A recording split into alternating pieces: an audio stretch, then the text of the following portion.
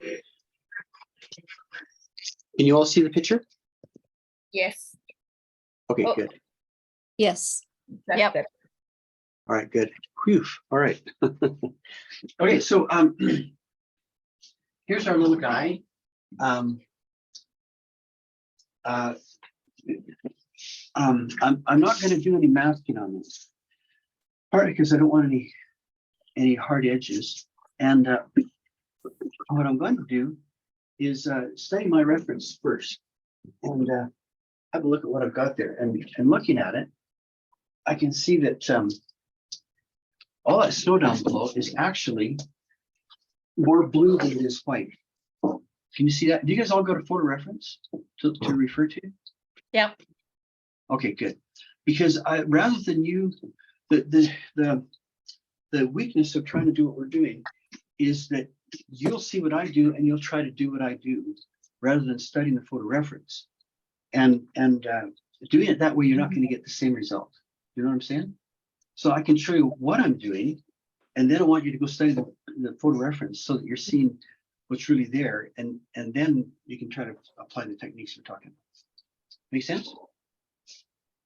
So again, I'm looking at this, and I'm seeing, without question, that snow is more blue than it is white. So I am looking at this guy and seeing if there is any white, and there is a little bit around his nose, a little bit on the fur on the sides of his nose, and a little bit here in his chest. And really, that's and along the edges of those legs.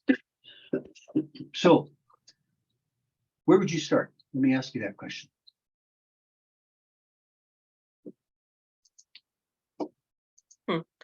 I might start with the background, but that's wussing out.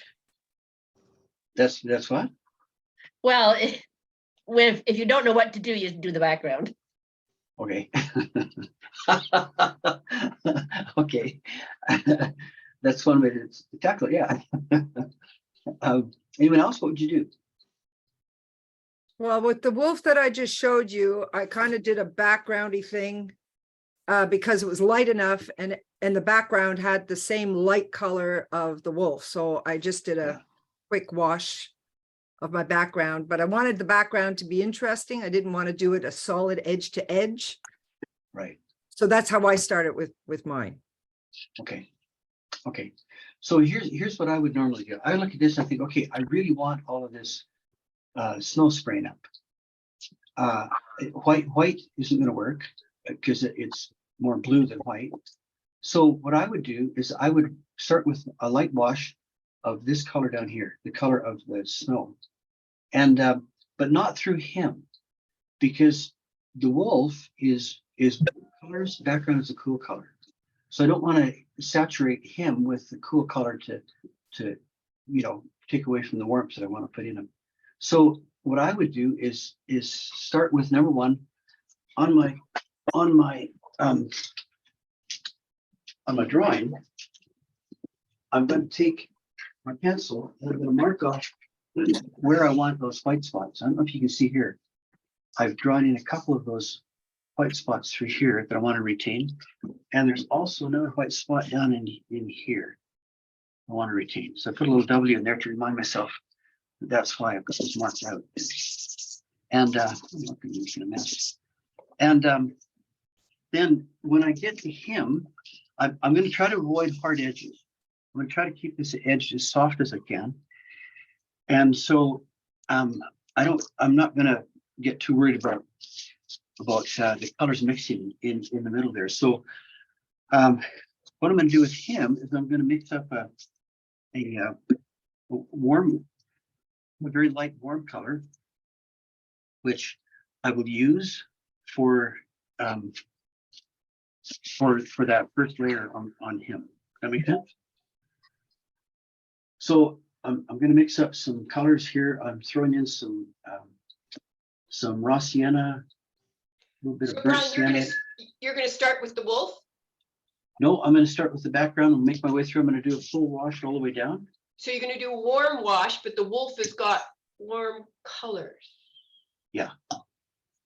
Yeah. So we'll wash the blue around here and then warm colors through here. Okay. Oh, okay. That makes sense? So I then want to see it. I really like the color that is in that background. It's kind of a dusty blue Yep. color. And I'm going to try this again. I picked up from Paul Talbot Greaves. I'm going to try to do a mix with cobalt blue and a little bit of cadmium red. Not what I would ever have done before if I hadn't seen what he did, but it does give me a bit of that dusty, dusty blue color that I like. That I'm trying to get. Cobalt would not be the right color. Neither would be ultramarine or cerulean blue. They're just not the right color. So I'm going to try this mix and see what happens. So let me get this started, and then I'll let you guys get at it on your own. So we do the Vita water. That's not strong enough. I need a little bit more color in there.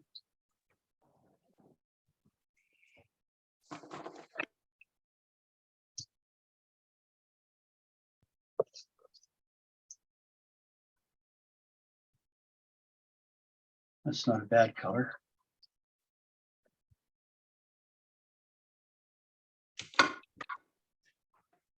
And because I've got two sides here, I've got to be careful I don't end up with one side starting to dry. So I got to decide which side I'm going to come down right now. I think I will do this side. I'm not too worried about these edges. In fact, what I'm going to do is I'm going to take my clear water and make sure those edges stay soft.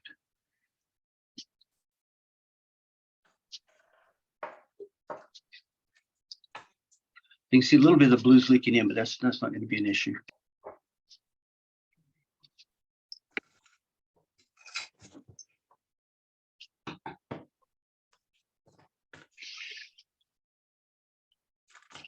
So questions as we go here. Anything you want to talk about?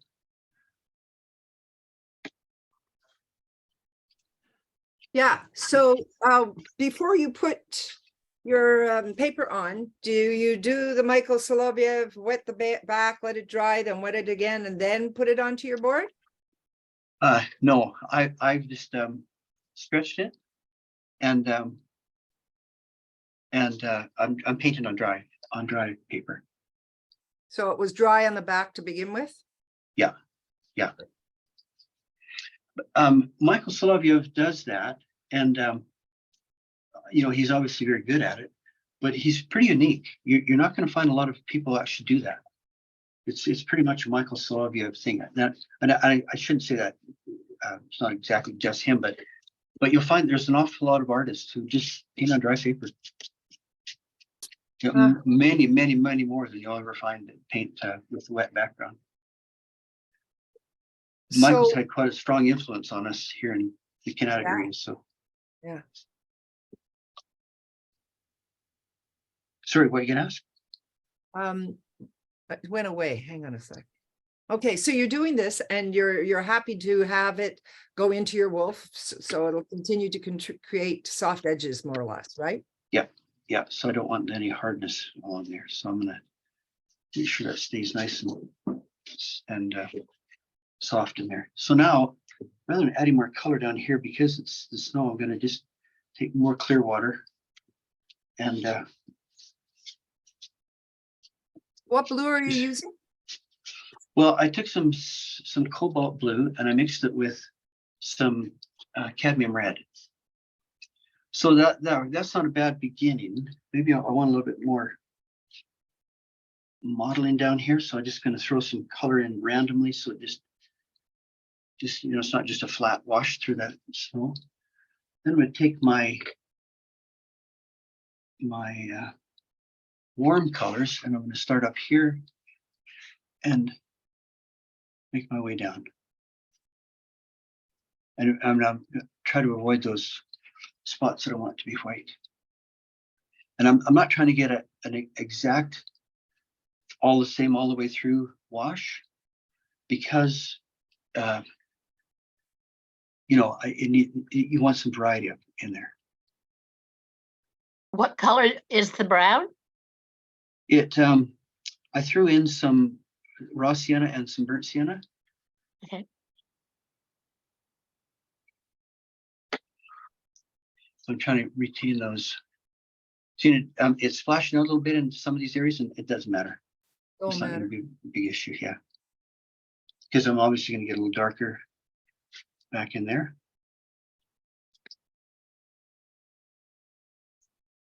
That's a big piece of paper. Yeah, I decided I painted a little one, and I decided it needed to be larger. So what is it? So 16?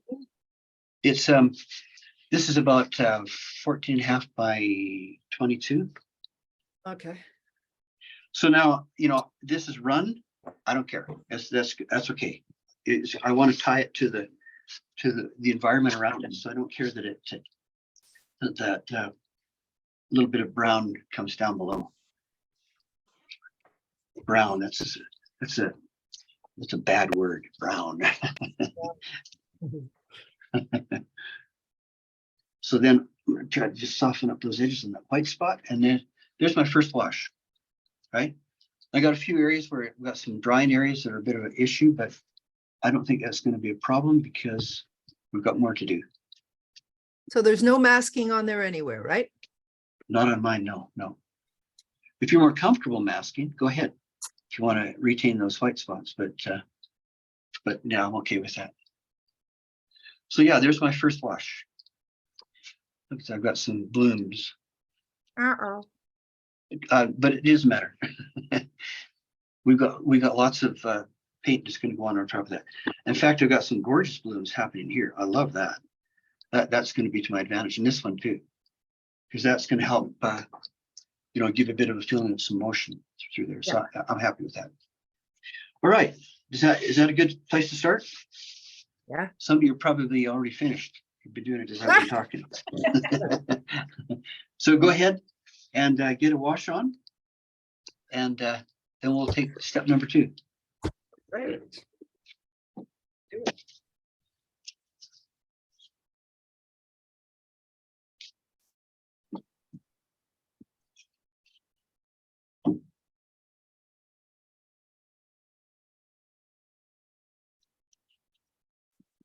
By the way, at this point, I'm battling the temptation with my brush to go back in and start, you know, a little bit more, a little bit here. So that would be a huge mistake if I do that, because then I will get all kinds of problems with the wash. It will make it ugly. So I'm okay to leave it alone, and I'm going to come back into the second wash.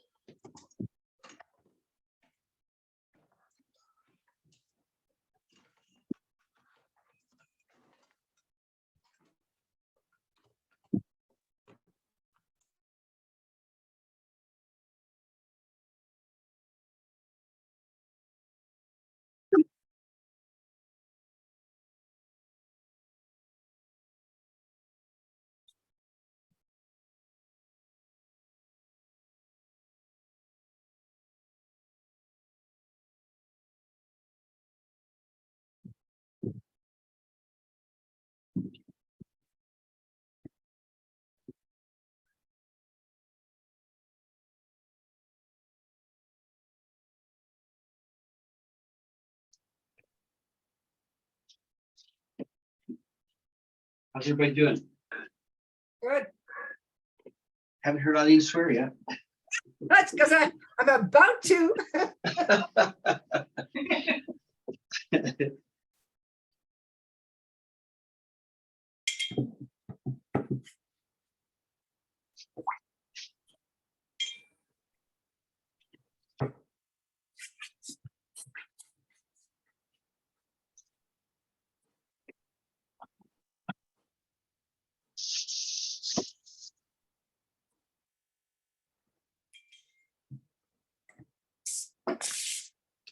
You know, Gail said earlier about having forgotten things that she'd learned before. I've made the mistake of forgetting the importance of the first layer. And it should be loose, it should be juicy, it should be, you know, free flowing. And then as you build detail up on top of that, you have a much nicer painting.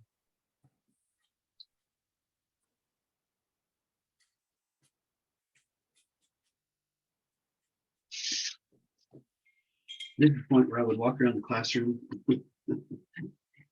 A little harder to do.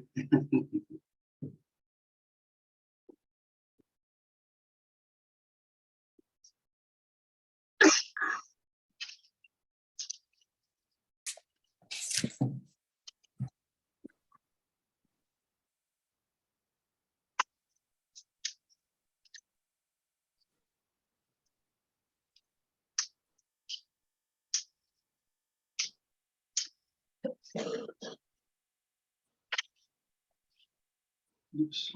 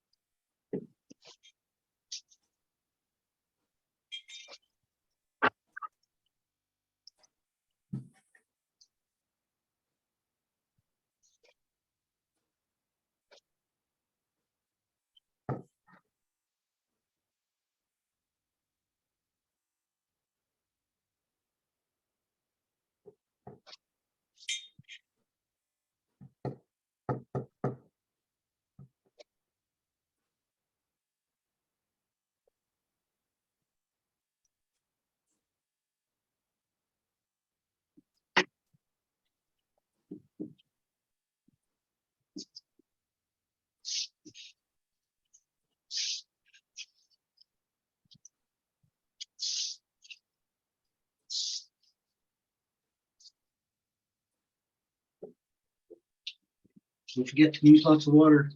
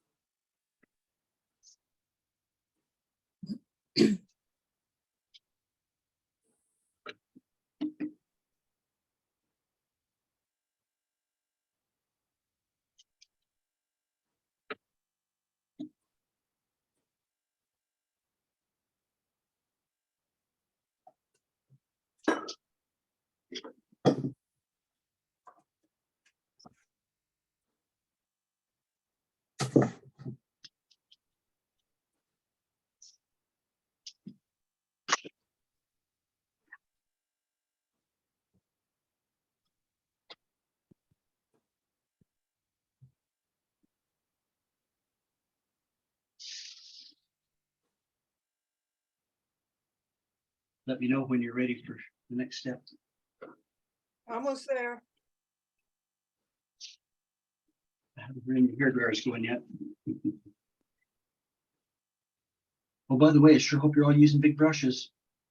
Anybody's trying to do the small brush, somebody needs to smack your fingers. I got my 3. Excellent. So I'm gonna blame the brush when it doesn't work out.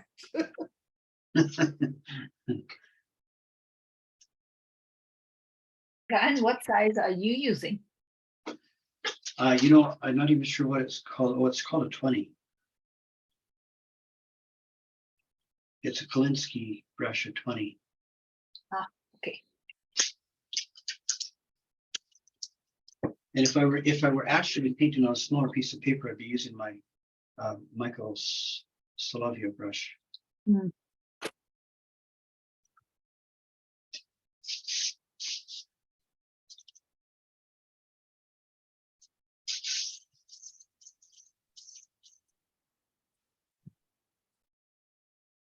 Don't forget your white areas.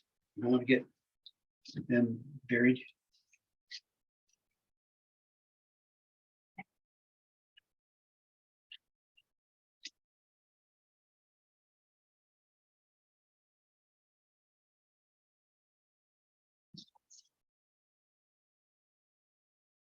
Okay, done. Got it all dry? Oh, do I have to dry it? Sure.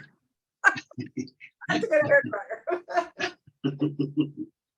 I'll be back.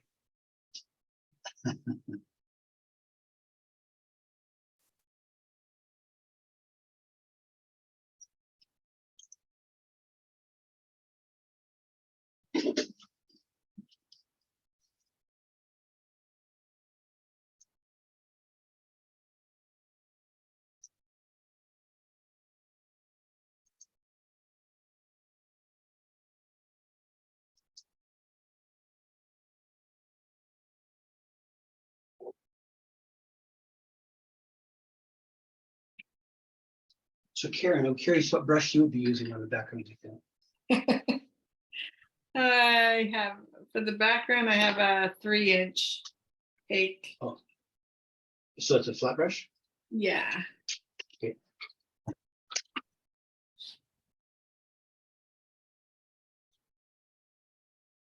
I made the mistake of using Quinn Gold instead of going in and looking for my raw sienna.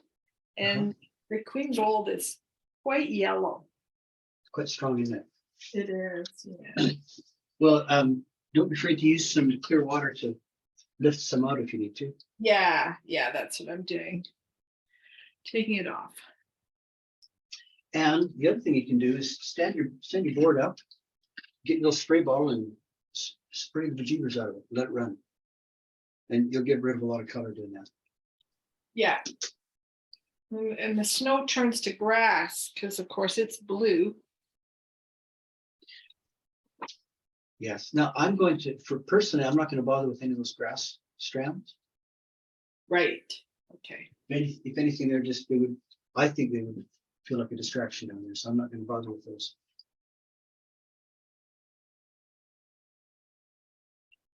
But if you like them, please do what you feel is good. Sorry, what are we doing now? Well, as soon as you've got it all painted and dried, then we'll go to the next step. Okay, mine is dry. Okay, good.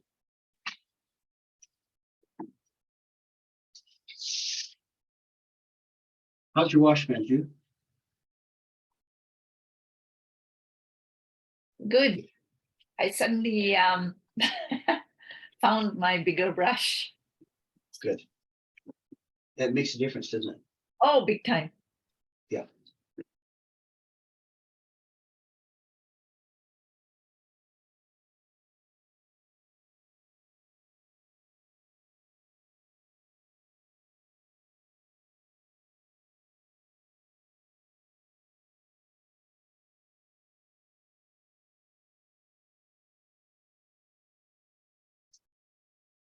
I know it's a subjective thing, but how big a puddle of paint do you make? Oh, when I'm gonna do a large wash like that, I make a pretty good sized one because I know I'd hate to run out halfway through and then I've got to start fighting drying lines.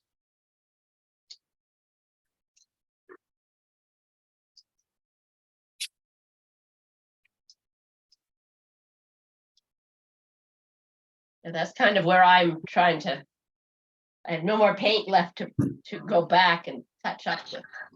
Yeah, and don't try because it's gonna start to dry on you. And Yeah. we'll put multiple layers on here.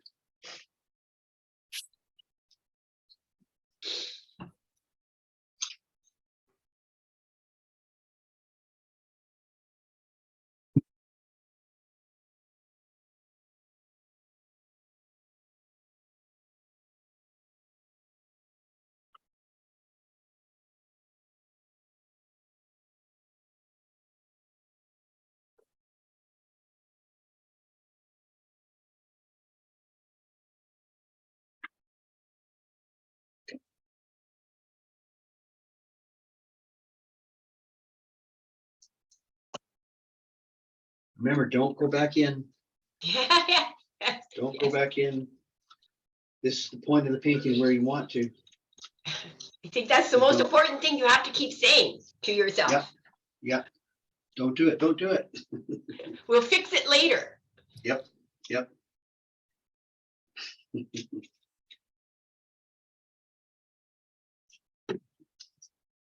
Are we supposed to tell you when it's dry? Yes, please. Yeah.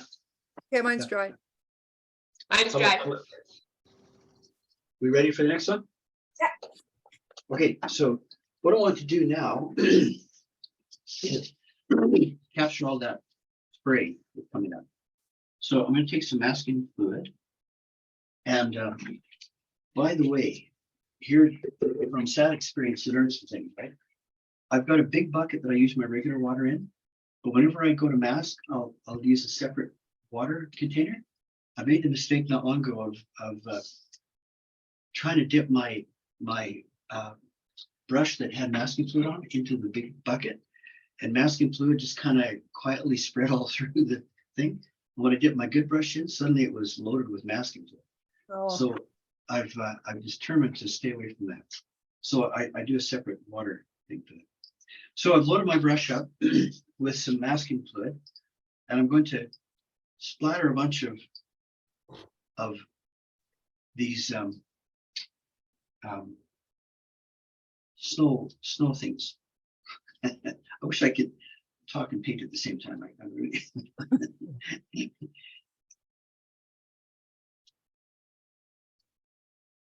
so, and there's a fair bit of them in the picture, so I'm going to be kind of generous here and making sure I get lots of in there. I used a toothbrush for mine. Yeah, and now I've discovered this again. This came from that course I was taking, that he does it this way, and it doesn't broadcast as much. It kind of, you can localize where you want to splatter it. Of course. And the other thing is you can get some nice bigger dots. Yeah. So you can see I'm putting an awful lot on there. The other thing I used to do this, tap it this way, but I found that that's splattered in all Oh, yeah. directions. And doing Okay. this, I find that I can control a little bit better where it goes. I haven't had to put up splash guards around me because it just goes straight down. I find masking liquid all over the place now, and I go, how Yeah. did that get there? Yeah. It really does fly. Yeah, Right. and this little technique helps that. Did you So go use ahead. did you make it a little bit more liquid to be able to do that? Yeah, I'm making sure there's lots of water in my brush when I do that. Okay, yeah, I think that's going to be sufficient. So go ahead and get your splashes in place. We'll dry those, then we can put another layer of paint on.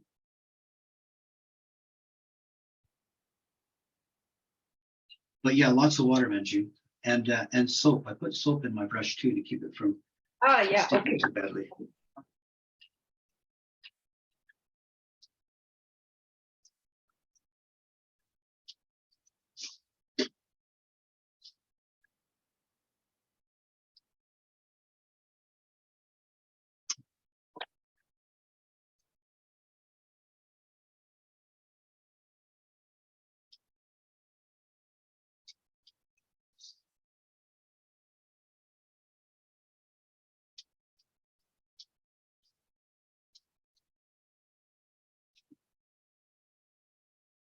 Hmm.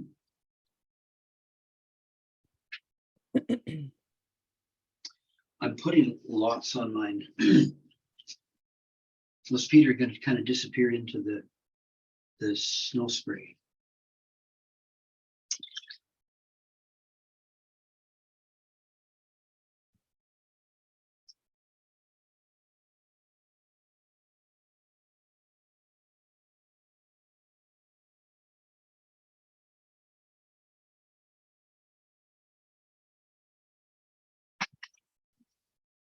Does anybody have any tips that they use when they do this sort of thing?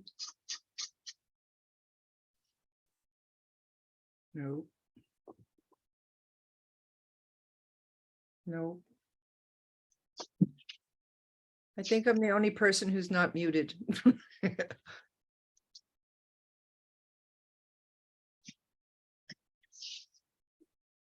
It's because Brian doesn't want to hear us swear.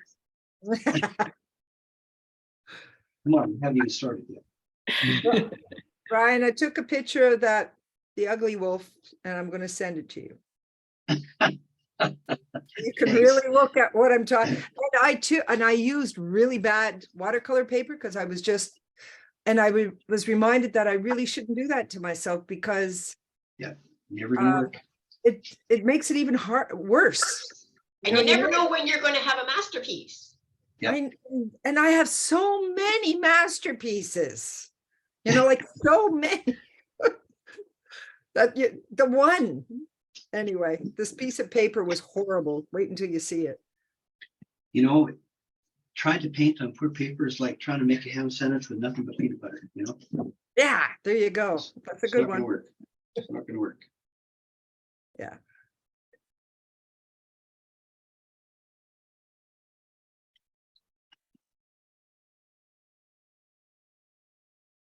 If I hear you laughing, I'll know you just got it. I said it's gone. It's Oh, I sent. haven't had a chance to look at. I'll look Oh, no, at it. I'm just saying when the time comes. Okay.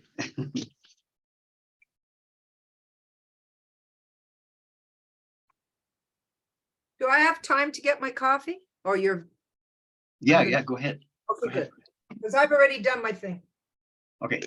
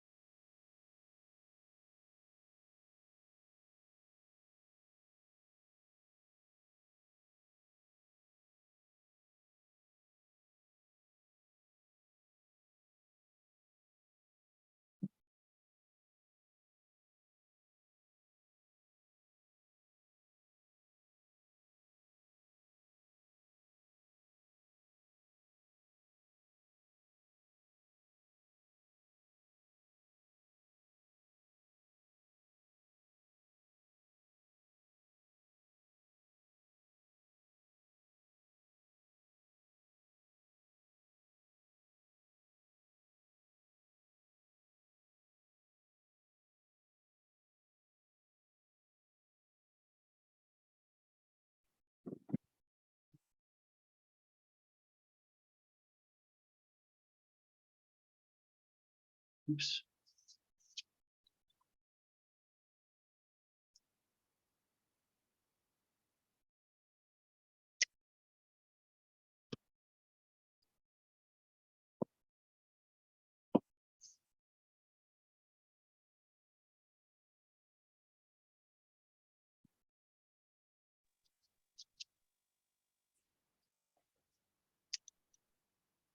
I'm done. Okay.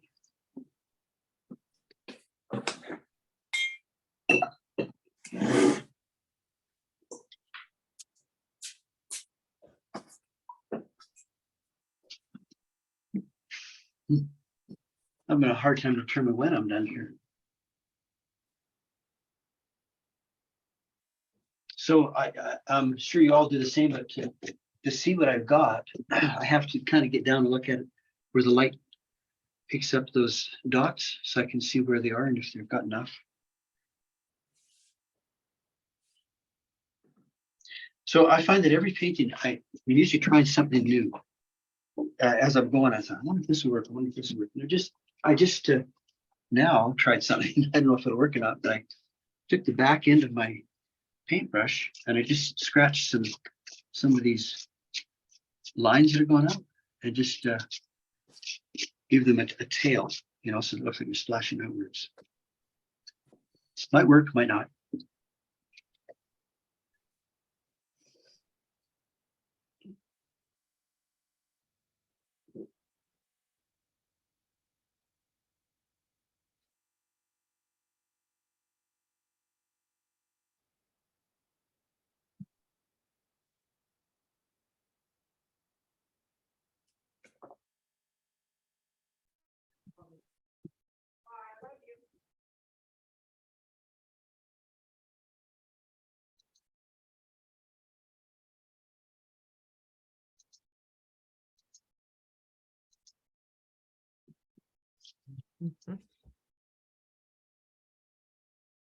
Well, I need a whole new lesson on masking. I have blobs everywhere, which are not snow-like.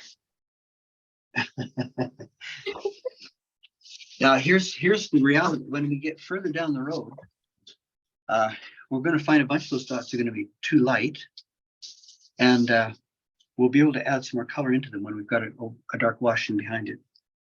So at this point, you know, and again, if you decide later that you would like some more, we can always do some white paint or some white paint with a little bit of color in it, and we can drop a few more in.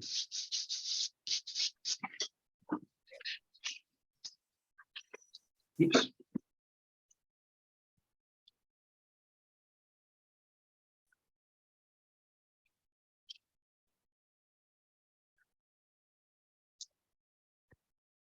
How we doing?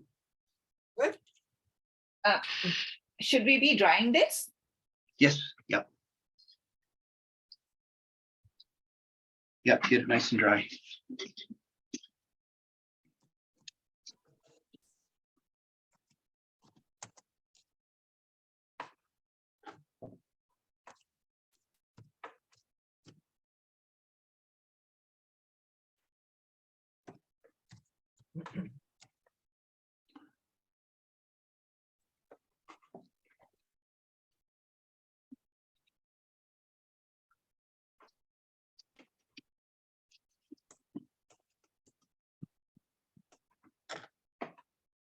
Okay, tell me when you're ready. Ready? Ready? Okay. Everybody else? We're good? Ready? Okay, so now what I'm going to do, I'm not going to worry about the wolf anymore until I've got the background dealt with. So I'm going to come back in and go for a second wash. Now, I don't know how clearly you can see my wash, but it's not really even. I've got some bars here, which I don't mind because I kind of want a bit of a mottled look in the background. Like if you see it at reference, it's got some beautiful darks and lights happening to it. So I'm okay with that. So I'm going to do this. I'm going to flip my board upside down. Oh, And I'm going to come in back in. I've taken the color that I had and I've darkened it up. I've thrown more blue, a little bit more cadmium red, just kind of add a little bit this, a little bit of that, just trying to find a nice color. So I want to create the top of that line. So I'm using my brush on its side. I'm just gonna try to pick up. I want that to be soft. So we'll pick the edge up like that, but I also want it to be strong enough to read as an edge. So hey, that's where I'm going to start my next wash. Brian, my training tells me that cadmium red's an opaque. A bit of it is a bit of an opaque, yes.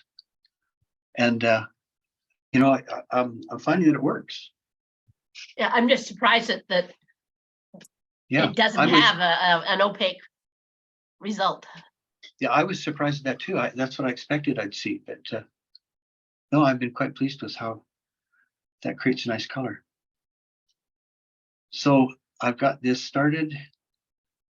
You come back in here, do the same. Just trying to create an edge, just almost an edge, not an edge. You know what I'm saying?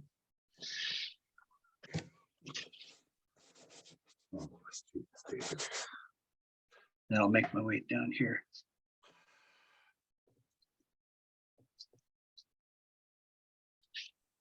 And I don't want that line to be, oops, got blue in my brush. Don't want that line to be solid. Keep it soft. I get through an awful lot of Kleenex. I'm quite surprised. Did you run out of boxes? Well, Yeah, Those that are looks too- like toilet paper to me. I don't know. yeah, it is. Yeah, Kleenex are too small actually for me. And I know a lot of people like to use paper towel, but I like Kleenex better. I don't know why.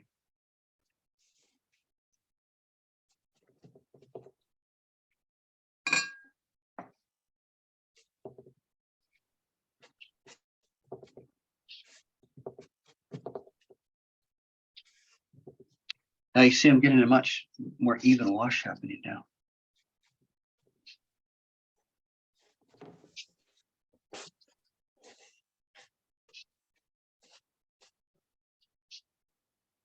All right, so there's wash number 2. I'm not nearly dark enough yet, and I want to get some modeling in the next pass. So this will be this won't be my finished product by any means. Probably the background.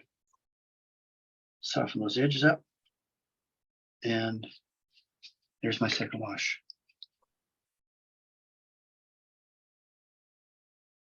All right, go at her. See what you do.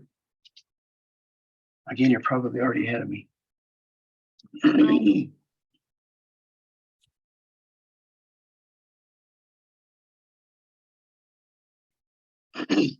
Karen, you do some cool things with your background, so add some thoughts here as we go.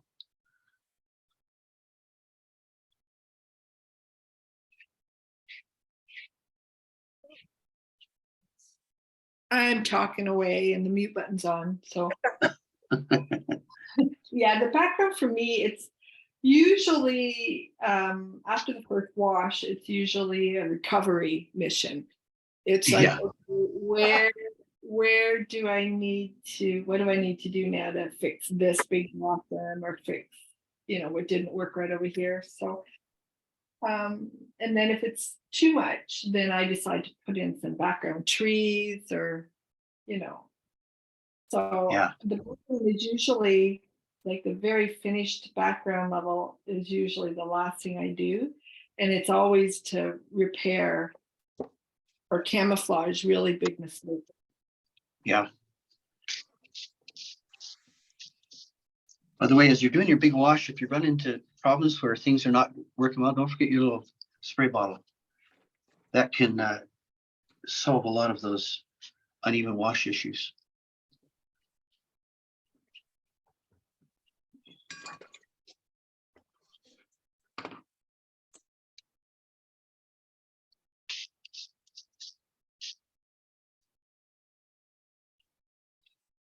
So you do you finish your background last, eh? So you do a lot of those where you lift those dots and things. Yeah, that's the very last thing to happen for me.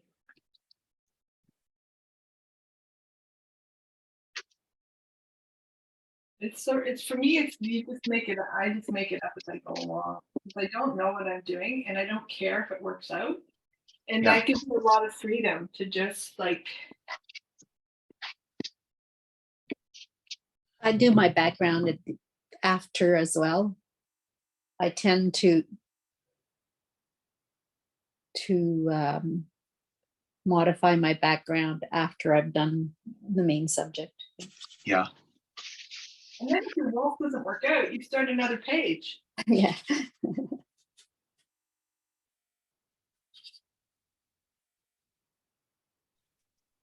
And of course, when you're doing this bead of water thing at the bottom, you're going to end up with a bead right along the very bottom of your tape. Use a brush with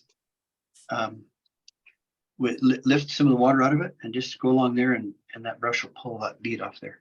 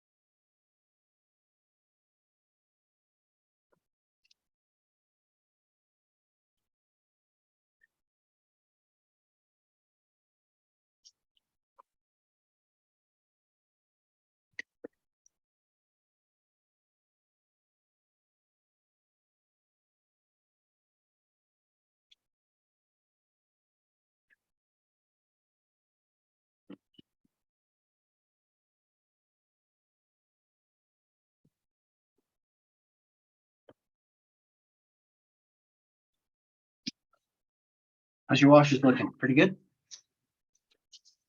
Not bad.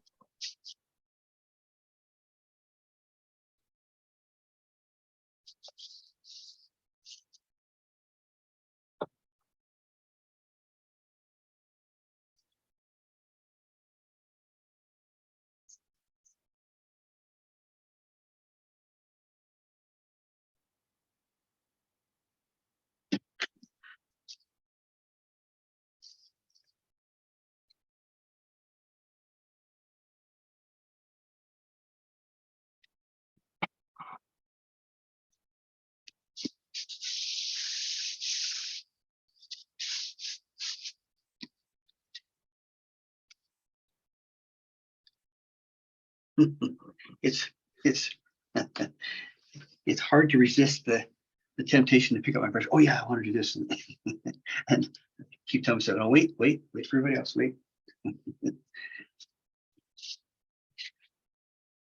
It's funny, in our local neighborhood watch WhatsApp group, somebody posted this morning, there was a huge coyote just trotted across our backyard. Oh, fun.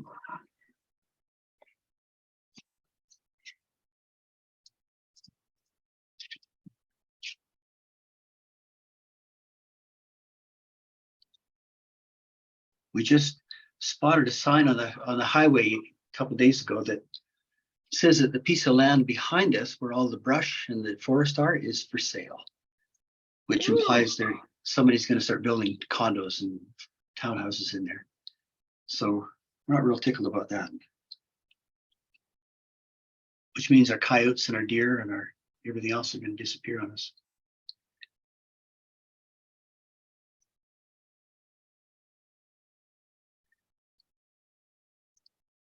So should we tell you when our stuff is dry again? Yes, yeah, that'd be great. Mine's done. I'm dry. Okay, I'm done. all right, we're ready to go. Okay, so at this point, my two things I'm going to do. One, I'm going to water down some of the color I've used, and down here I need some things happening. So I'm just going to use some dry brush. I'm just going to create, just the idea that there's snow being tossed up here. And I'll soften a few of those edges. And it's just a very suggestive thing. It's not going to get bent out of shape about trying to create anything in particular. So it just gives a bit of texture down there. Because all by itself, it was boring. And a few plots I'll do a little darker. Can you see that?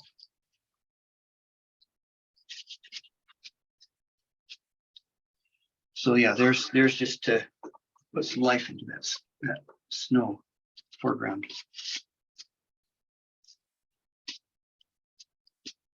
If you want to go ahead and do that, and then we'll do our next wash, which may be our final wash, we'll see. Okay, done.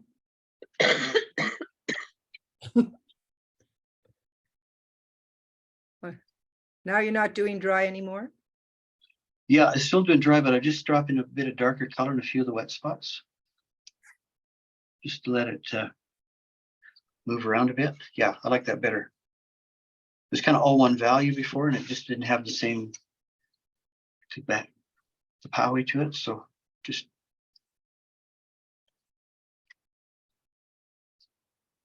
yeah, that's better.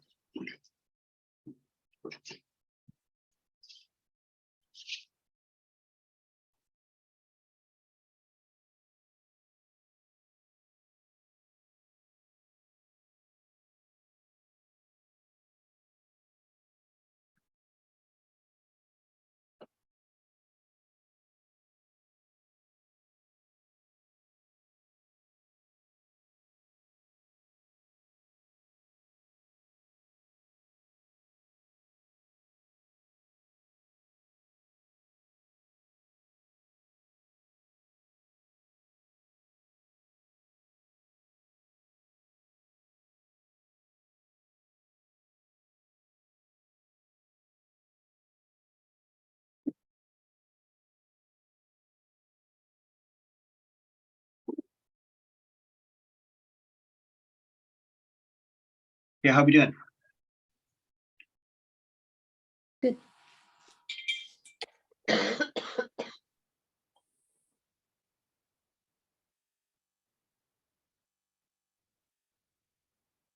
Okay, are we ready for the next layer? I was surprised when I did the little one that I've done already. I spent a long time in the background. Even though it looks fairly irrelevant to the piece, it was actually, I felt, an extremely important part of the piece. So I spent a long time playing with it. So this time, do you want me to go? Yeah. Yep. Or wait, okay. So this time I've taken again those colors. There's some places where this is just about where I want it to be, but as I look at my reference picture, I'm seeing on a value scale of 1 to 9, this is maybe a 3/4, what I've got back in here. When I'm looking at the reference, I'm seeing some that's getting up into 6 and 7. So I'm always asking myself that, have I got my darks dark enough? And it's just so easy not to with the watercolor. So that's my question to myself constantly.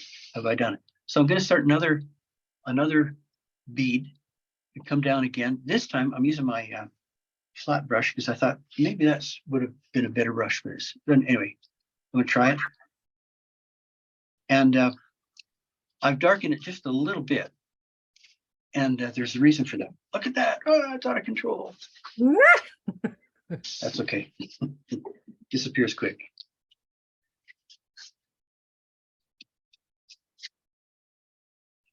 And this is Okay, the right. layer. What Go ahead. color did you darken it up with? I've thrown a little bit of pyrene violet into it just because I like that color. Okay, You know, you may find something else that you like. no, And then I've also added just a touch of neutral tint. Piece my water up there so I can work down below here and leave that. So I'm going to, along this bottom edge again, I'm going to come back in with that dry brush effect. So that bottom piece has that what I want. And then I'm going to take a little bit of neutral tint and actually drop some dark spots into that.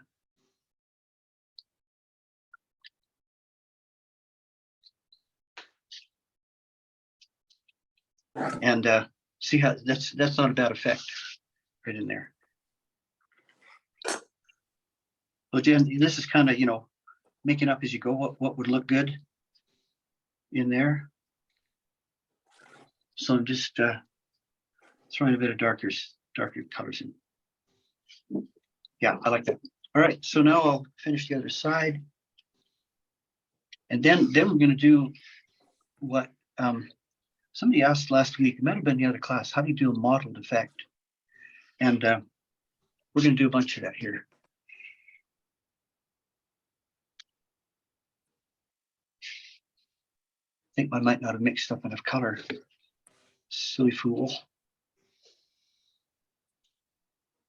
Yeah, actually this flat brush, I think I'm getting a better coverage if I wanted a nice even wash back there.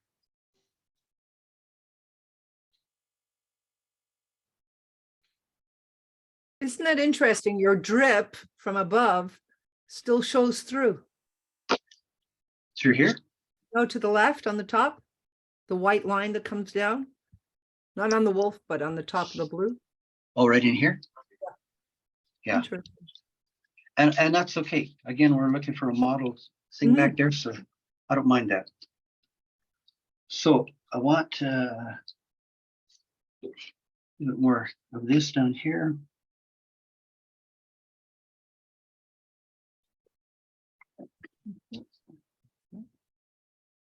I'll drop some more of that neutral tint in. Neutral tint's a great color. You can do so many nice things with it as far as darkening colors go. Oops. Oops. Oops.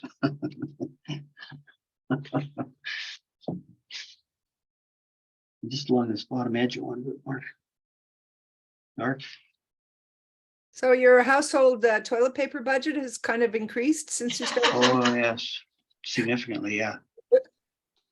There was panic when COVID broke out, I'll tell you. Oh, yeah, it must have been all the watercolor artists out there that were like, So now I've got this look going on down below here. Now this is starting to dry a little bit. So it's almost starting to dry a little too fast for me. So I just spray a little bit. And I'm going to take some some of those colors, and I'm mixing the same colors, but I'm throwing a bit of that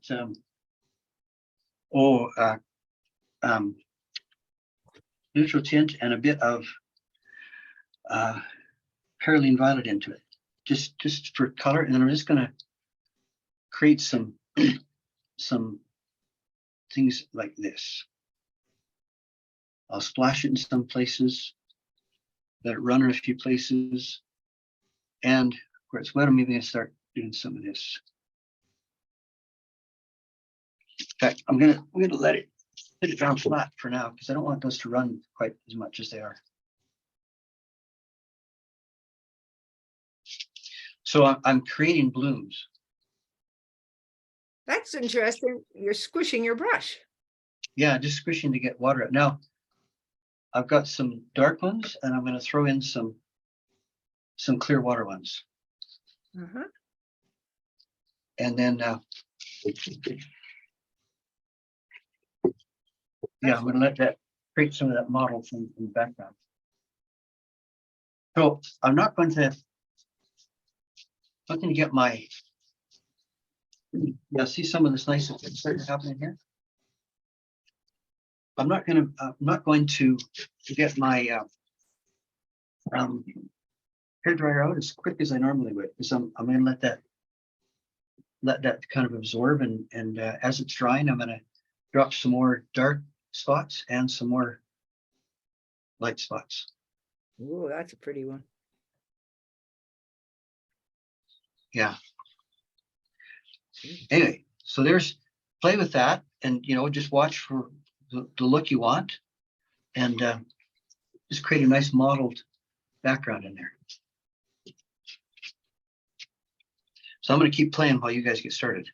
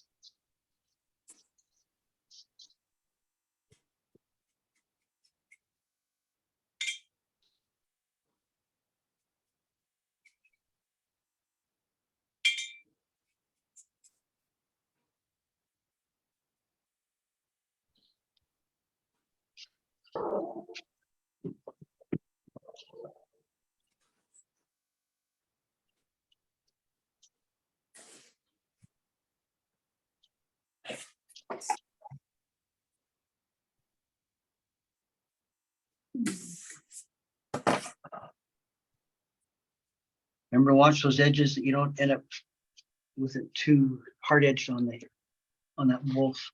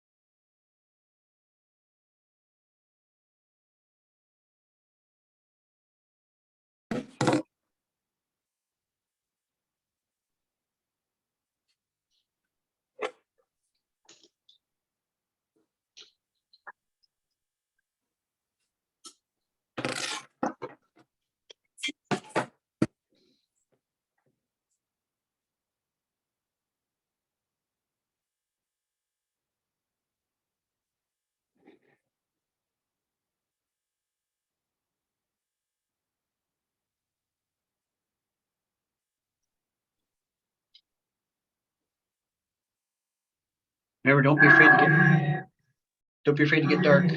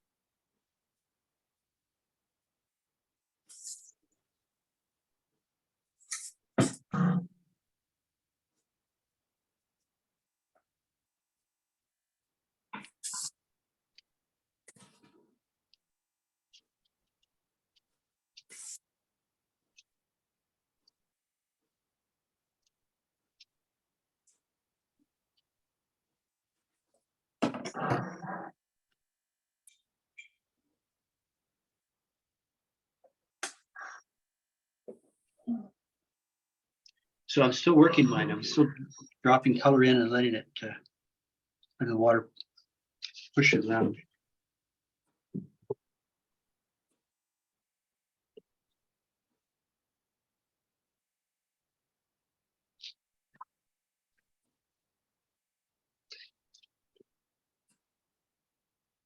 Hi, bud. Did you want?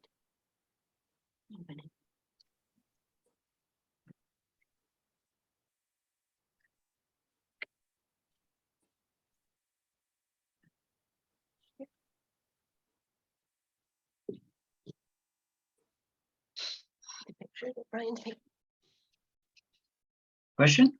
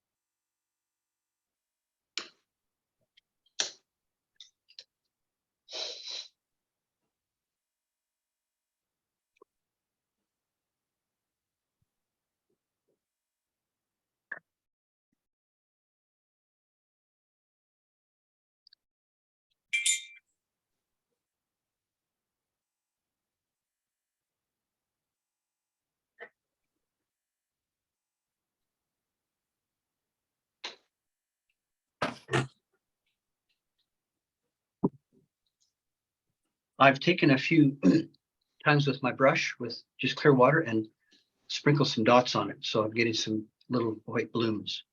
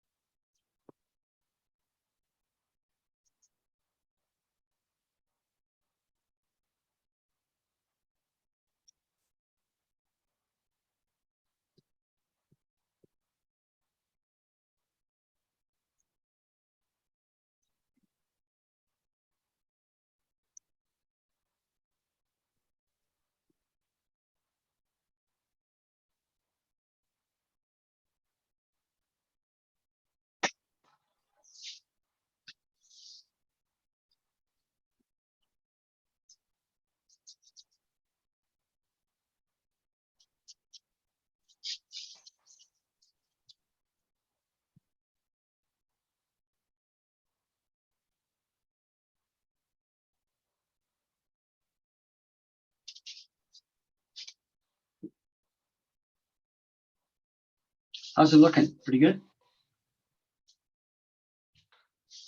I would call it a royal Your, mess. yours is, A Well, royal I- mess on my side. Pardon me? I said a royal mess on my side. Well, can I have a look? Well, yes, but try not to laugh too much, okay? So it's too blotchy. Can you see it? Yeah, over a little bit. Other way? Other camera. Toward the Yeah. camera. Oh, Yeah, there you go. Yeah, okay. No, it's not too blotchy. It's still wet, right? yeah. Okay, give it a dry, see what you've got. Huh? Because I'm looking at mine and thinking I actually need one more layer to really get it where I want it. Ah, okay. Yeah. Hmm. Again, you're not necessarily gonna get it all in one shot.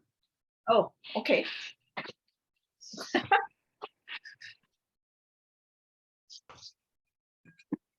Like I said, when I did this the other day, I was surprised that the background took me the longest. Because it took a while to get it to where I was happy with the feel.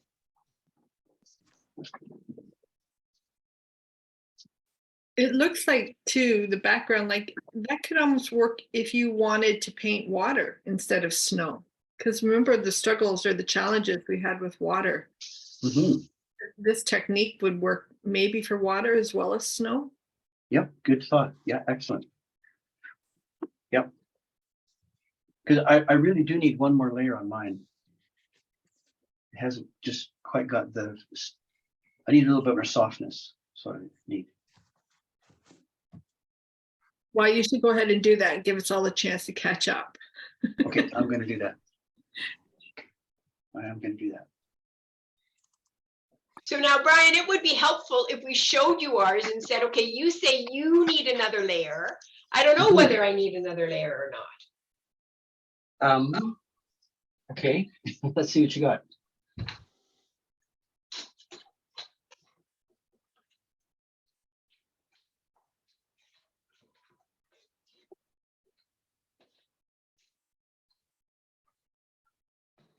Okay, is it dry? Yes. Okay, it's looking good now.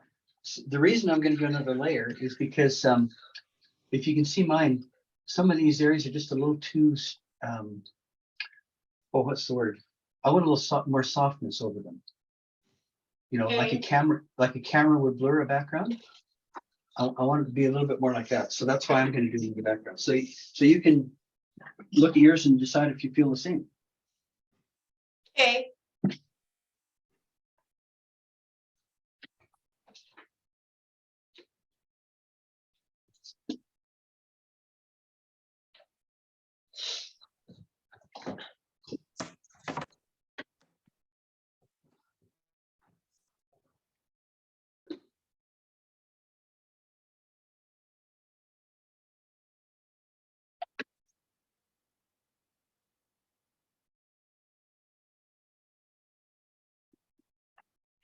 Oh, I see what you're doing. Yeah, I'm just softening it with a layer over top.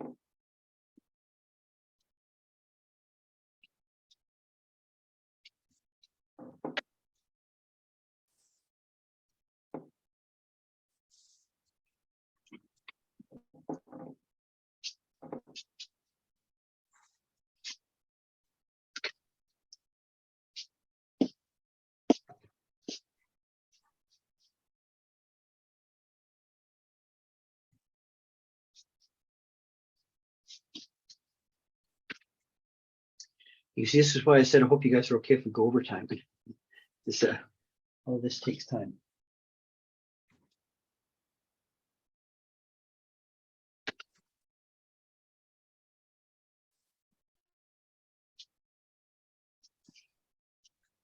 Me, it's actually a week. I need.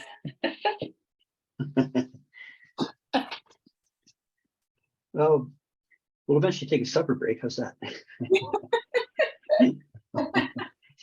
That's okay. I'll order pizza and I'll eat it right here. Okay.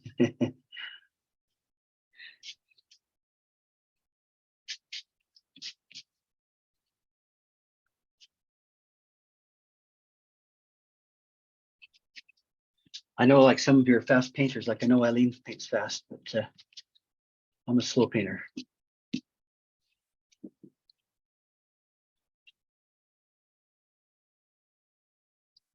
I'm not slow in oil. It's just this.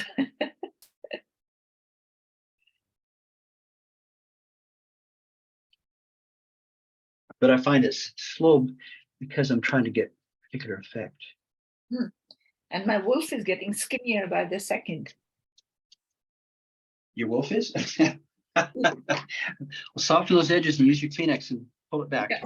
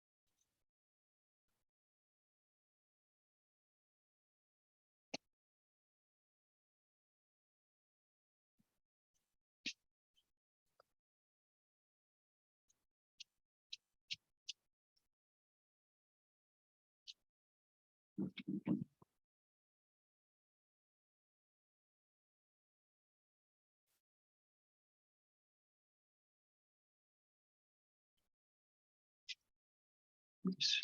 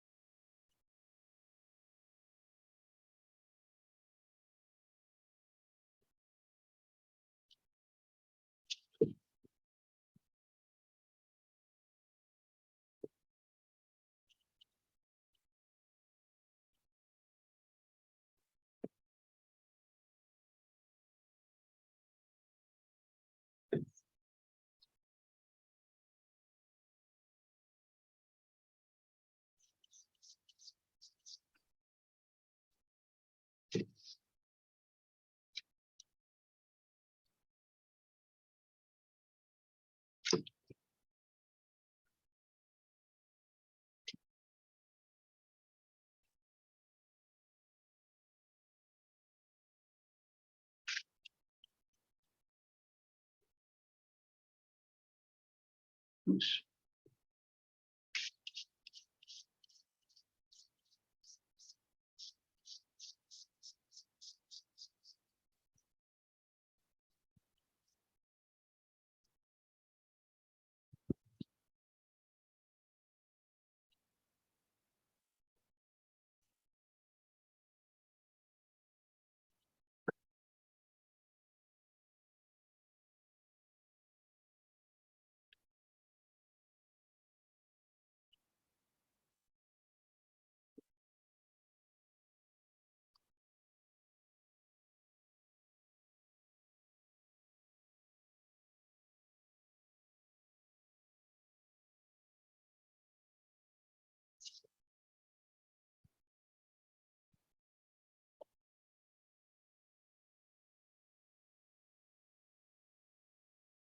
Brian, I have to leave. I'll be really pleased to see what the recording shows. I'm, got a painting half finished. Yes, and what we'll do is if everybody would like to submit their final pieces, we'll send out a little PowerPoint with them. Everybody can see what Okay. we did. That's a good idea. Thanks, All bye. right. I'll see you Thanks, next Helen. See time ya. Brian's around. Okay, take care. Hi, Brian. Same here. I'm gonna have to step out, but I'll send you the painting when it's completed for sure. Okay, thanks, Pauline. Okay, thanks a lot. All Bye-bye. right, take care. Bye now. Bye, everyone. Bye. I said Yeah. leave. Leave. That's not too bad. Everybody couldn't stick around. Are you happy with what you're seeing? Yes. Good. Hey, I even canceled a coffee time with a friend, to be here today, Oh, yeah? which is okay. I've already had my quota. Do you think will probably be another hour? At least. Yeah. Okay, good. All righty. I wanted to make sure I made the time.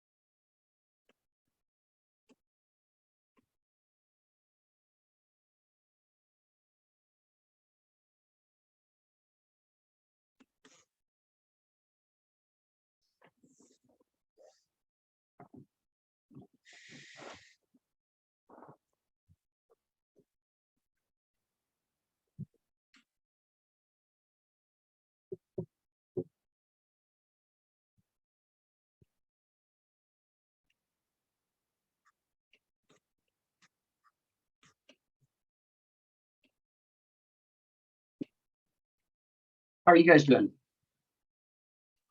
I'm good, just waiting for you, mister. Yeah, Yes. we're Okay. good. Good, yep, we're Oh, good. you're all sitting there waiting for me? Sorry about that. Yep. All right. So you see, I put that last layer on. I had a lot of model, but it was just too stark. So I put that layer on to soften those edges. And if I really decided I wanted to bring back some of the lighter spots, I would probably shoot some areas down with this and start lifting some paint out. And be very careful I don't get edges, but I just get soft shapes.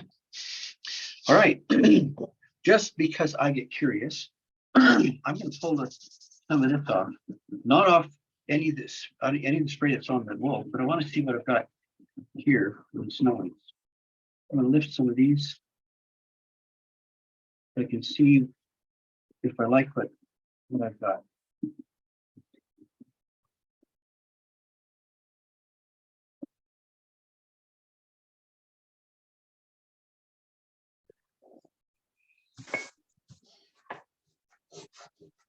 Not just anything, it's just because I'm curious and impatient all the same time. So now what I'm gonna do with that, take a little bit of that blue stuff that's in my palette. I'm just gonna go around and blue a few of those. Some will stay lighter color, some will go darker, but just drop that in, and it puts some variety in it, and the variety, of course, gives it more reality look. Can you tell the difference in the camera? Can you see that it's making a difference to darken a few of those? Yes, Okay, so that's what I've done there. uh-huh. Make sure I don't get dry lines out there too. Yeah, so that just makes it a little bit more realistic. A little more up here. So you figure it's okay, this is when you decide to do it, so it doesn't really matter at this point when you're doing this. To do the Do the color of the Yeah. white. yeah, it's just I get curious, and I want to see, am I happy with that background? And Okay. And if you right, weren't, so then you couldn't do another wash. I could, yeah, it just means those would get darker. Of course. Some of them get darker, yeah. Okay, some of this is a little bit too hard edged. I'm gonna come back in later and lift some of that so it's got a little bit more softer edges. But other than that, I think I'm okay with most of that. So now we really came to paint the wolf, right? Yeah. So, so we're finally to the wolf. So, like I say, backgrounds are one of those things that that we kind of think, well, it's an after the fact thing. It's all we really want to do is the image, but in reality, that your background is going to make or break your image. So it's worth taking the time to do it well, which we've tried to do. So now I've got to remember I've got a few white spots, and looking at my reference, I can see here that I've got need to see where my colors are. I'm gonna lift that blue out of my palette. What just meant I need two hands. I'm gonna pull the color out of there, and I'm gonna mix up some more beige type things.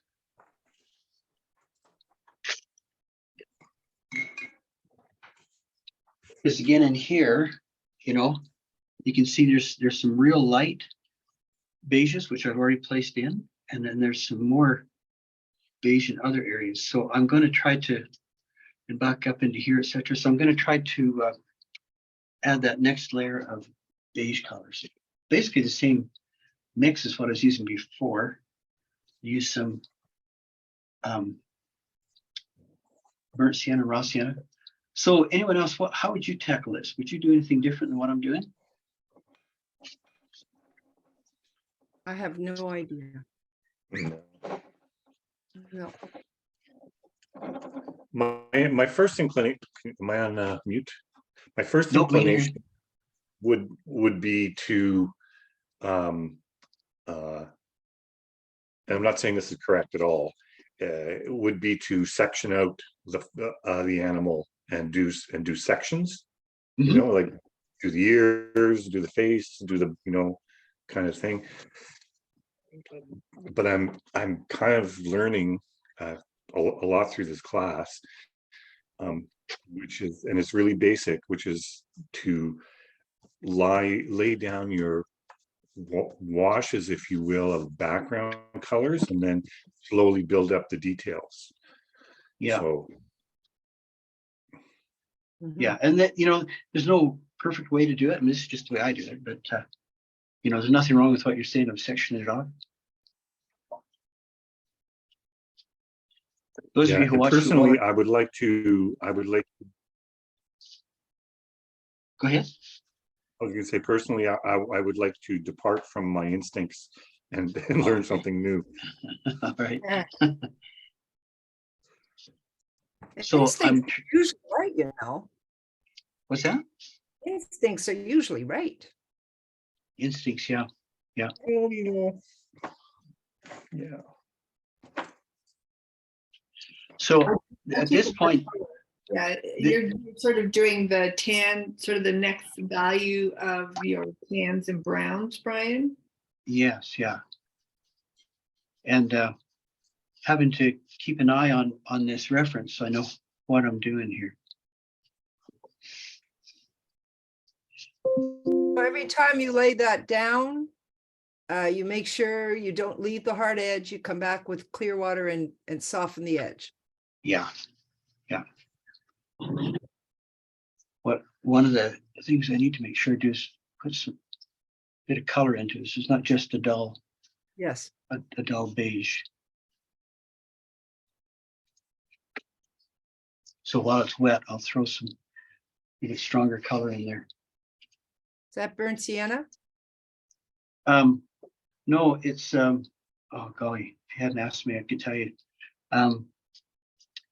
It's a new color I have in my palette that I can't remember what it's called. Sorry. On the screen, it kind of looks burnt sienna like so. It kind of does, yeah. And I can look it up here once I get some paint into place. I don't think the wolf will mind either way what we use. Yeah. Yeah. Remember years ago, Farley Mowat? Remember him, Yeah. the writer? And he wrote a book called Never Cry Wolf. Oh, I saw the movie. It's one of my top 3 movies. Yeah. Yeah. And the book is fabulous. Yeah. For those of you who don't know, he went and lived next to a wolf pack in the Yeah. wilderness, and kind of did the gorillas in the mist ladies thing, but he did it with wolves. If you've never seen the movie, highly recommend it. I probably watched it at least a half a dozen times just because of how it makes you feel. It's just such a wonderful little movie. Yeah. And the book, yes, I read that like way before, but the movie, I really enjoyed it. Yeah. He said one night he had noticed that they marked their territory, by And urinating. he did. Yeah, and he did too. So he decided he would try it and see what would happen, because they got used to him being there at a distance. But he decided one night he drank and drank and drank and drank, and Yeah. went out and to urinate all over the place. And then it got a little tense when one of the wolves came out and started sniffing the area and walked all the way around, kind of like, who is this guy? Yeah. And How didn't dare he he do it infringe? naked?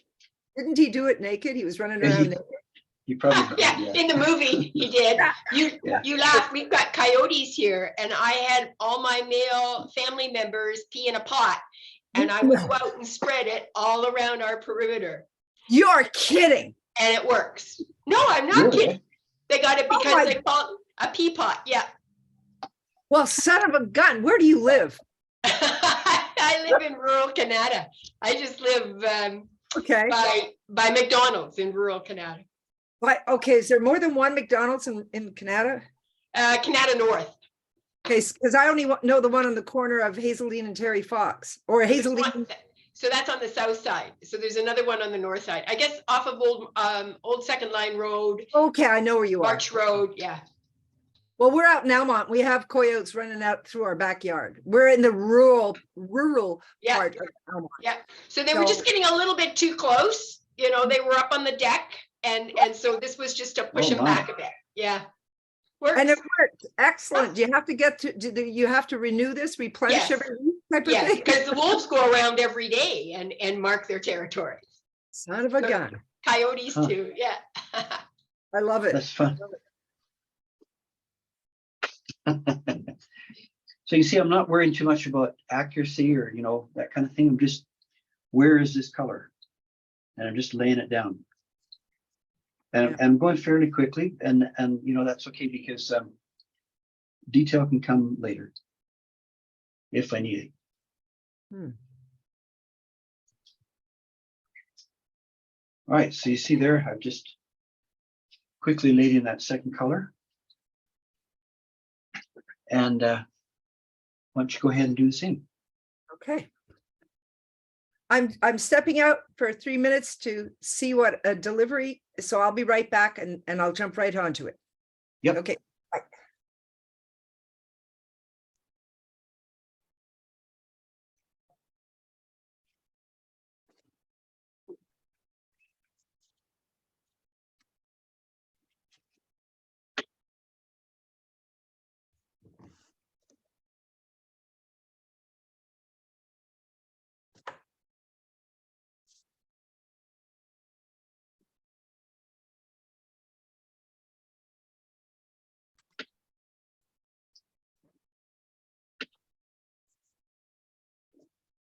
Do you notice how in today's world UPS guys have become like Santa Claus to us? Yeah, they really have. Yeah. It's exciting to get a parcel.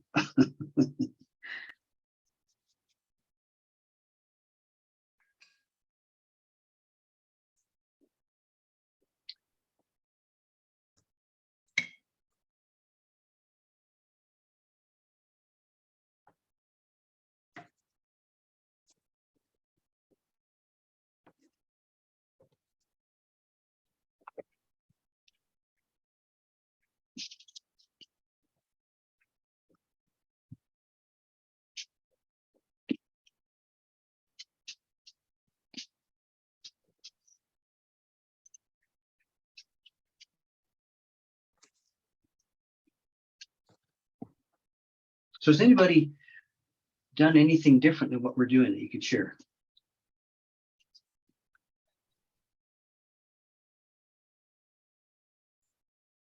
I'm just kind of working color by color like you are, but every once in a while I put in a dark value or I throw in a purple or something just to see, just because you get lost. Like there's several rings of dark and light and tan. Yeah. And, just sort of like trying to keep your place. What kind of purple are you throwing in? French ultramarine mixed with alizarin. Oh, okay.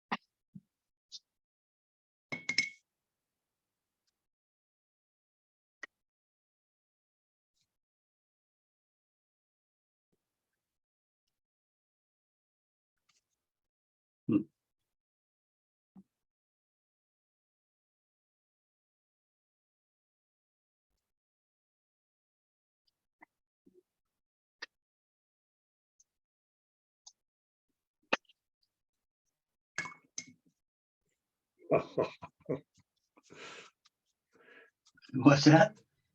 It's just, I'm just winging it,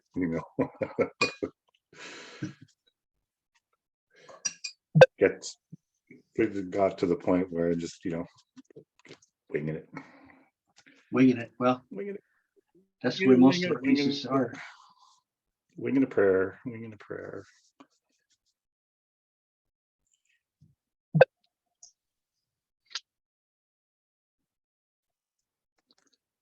Winging a prayer. Worry about the other stuff later.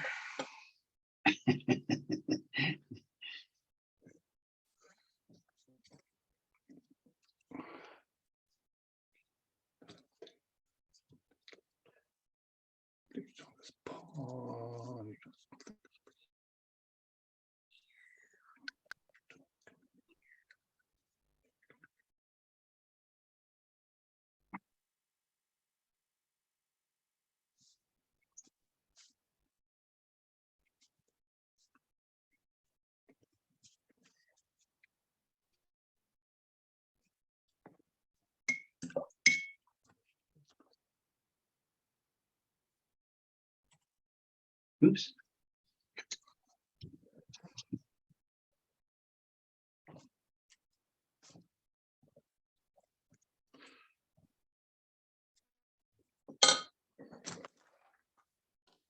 I'm really a sloppy painter.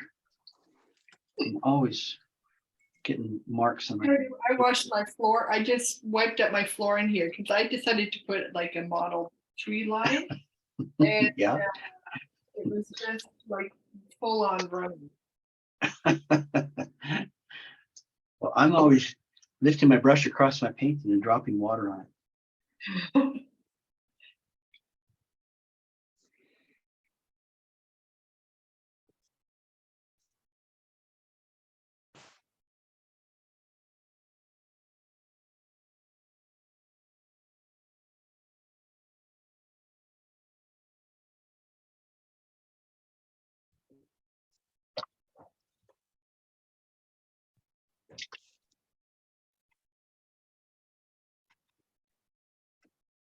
Wolf is really quite beautiful. Yeah, he is. It's a good photograph.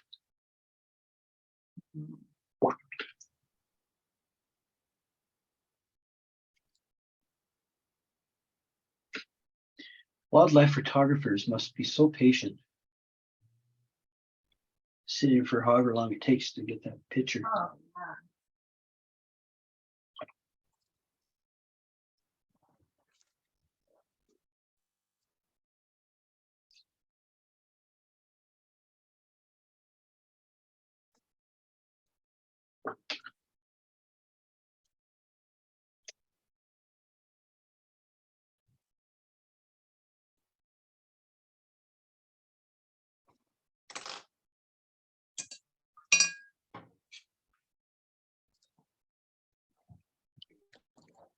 I think I'm done.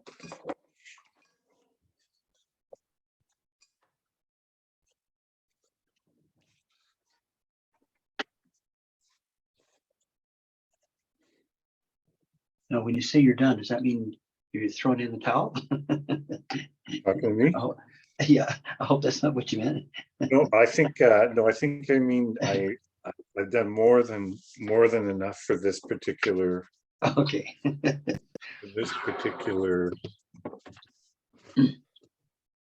This, yeah, this layer, yeah. What I'm doing right now actually is I've mixed that same color with a little bit of pyrroline violet in it, and I'm just, while it's still a bit wet, I'm just throwing some darks into a few areas.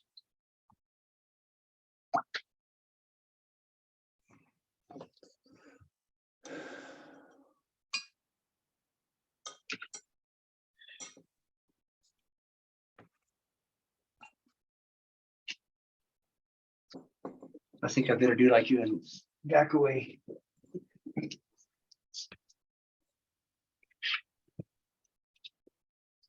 So I like what Karen just said about considering throwing in other colors as you go. To just go browns will be dull. Don't be afraid to throw in some other warms, nice colors. Doesn't have to be reality. I have this, what's it What's that? called? It's the one of those Primatech colors called Kyanite Genuine. Oh yeah, Quite nice. what color is it? Kind of a grayish blue. Oh, that sounds nice. Nice, but it's but it has you have to use it sparingly because it has a bit of a sparkle to it. Oh, that sounds cool.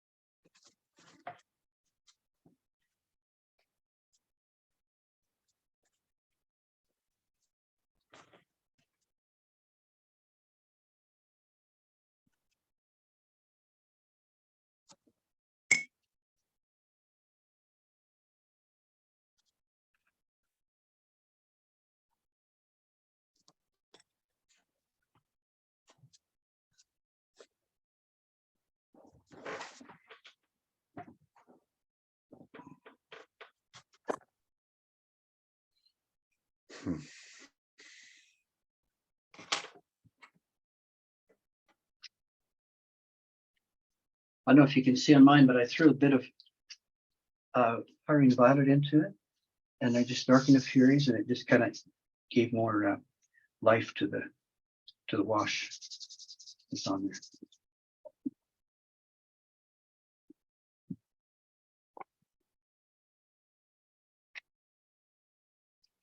Believe it or not, we're getting close to the end.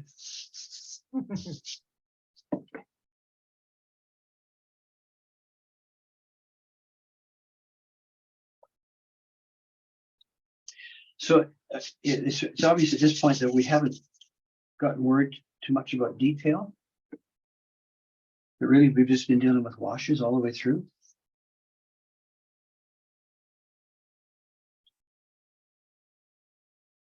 And the thing that really makes this little wolf come alive later is, and oh, by the way, yeah, okay, the thing that'll make this come alive later is we're going to use a fan brush with some white paint, and that's where you're going to create the fur feeling.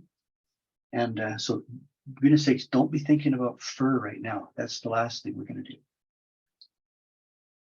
If you try to do it right now, it's just going to drive you crazy, and I don't think you'll like the effect you end up with.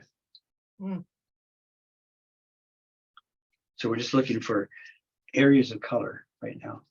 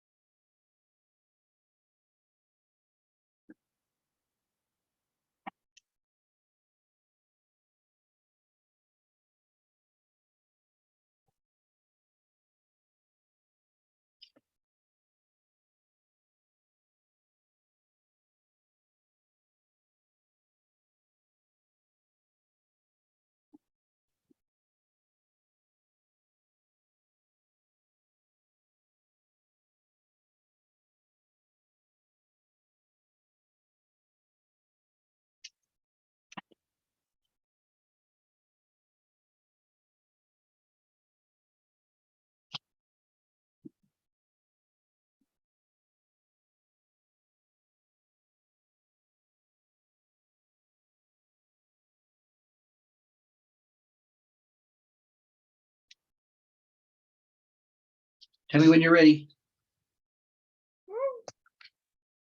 Not ready. Not ready? Okay. 2 more minutes.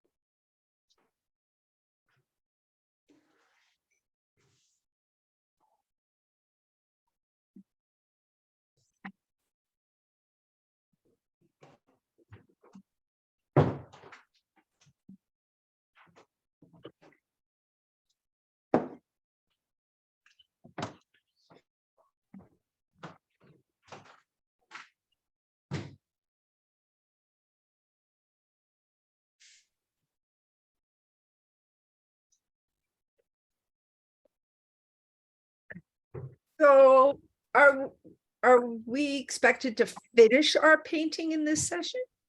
If you'd like to, we can keep going. If you don't want to, that's fine. We can I just record it and watch it later.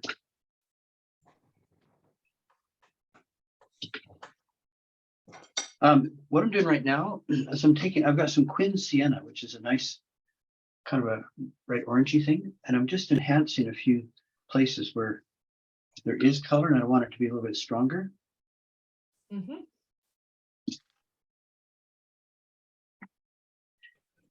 Because we're going to put some darker colors here in a minute, and some of this will fade away.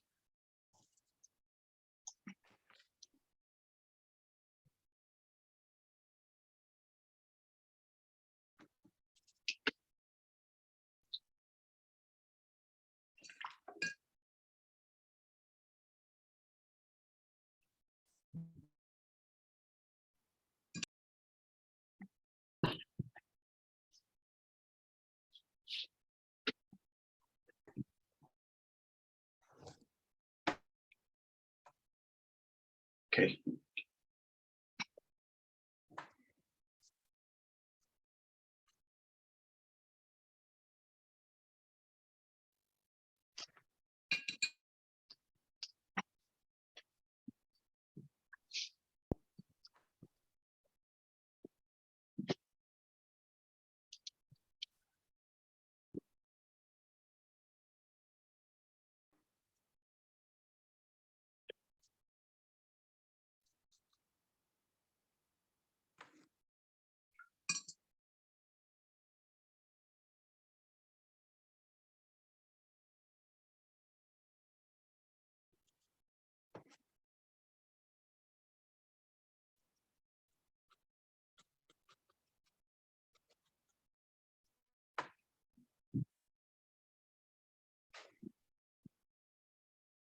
How we doing?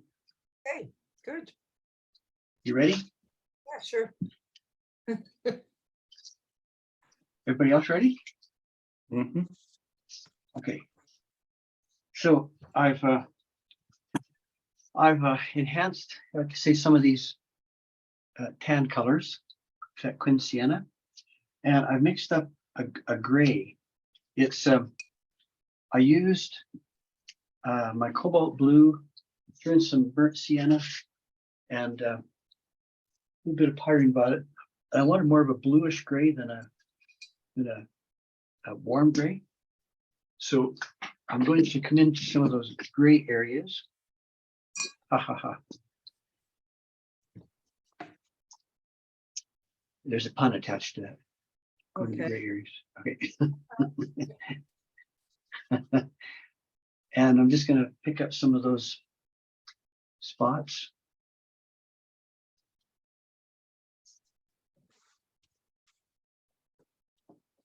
And again, I'm always softening those edges up.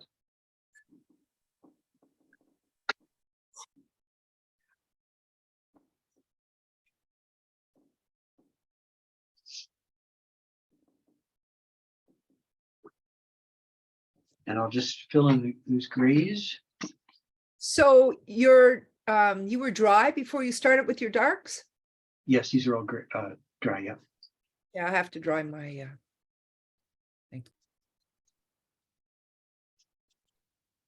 So is this your mid-value gray? Yeah. Yeah, and you can see on the wolf, like around his eyes and things, there's a pretty good gray in there.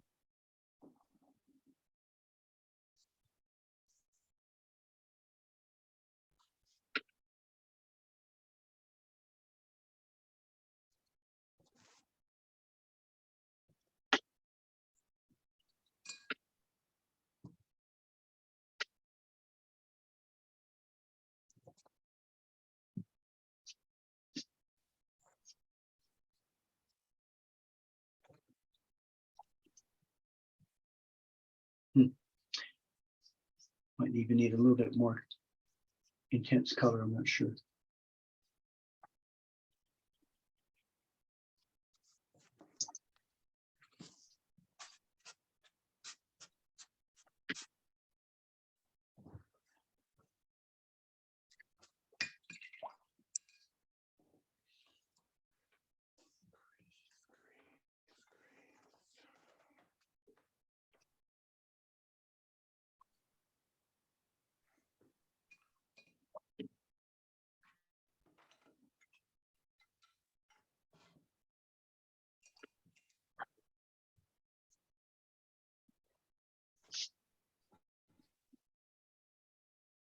Karen, you said at one point you work with teachers? Well, I do programming for Humber Valley Art Club. Oh, okay. Yeah. I don't live near Ottawa. So. Yeah. But we're pretty much back to all in person. Yeah.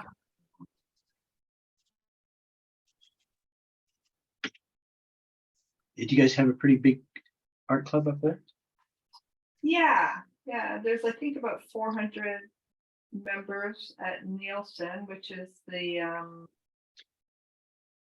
facility, and I think our club usually around 160 or so. Good. Nice.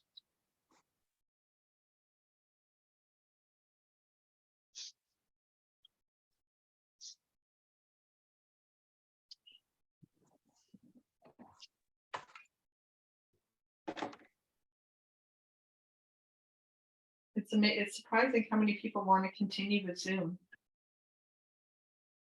What's that? It's surprising how many people would like to continue with Zoom. Oh, yeah. It's so convenient. So convenient. well, So did you guys do? there's Sorry, go great ahead. value too. Look at what you give to us and we get to keep it. So I don't think Yeah. all instructors do that, but for yours, it's a great deal of value, in my opinion. Oh, for sure. Yeah. Yeah, if you can have reference. Yeah. Could you tell me what you're using for your dark? It's cobalt blue mixed with some sienna, burnt sienna, and a little bit of pyrene violet, just to give it a little punch. I'm trying to keep those outer edges very soft again.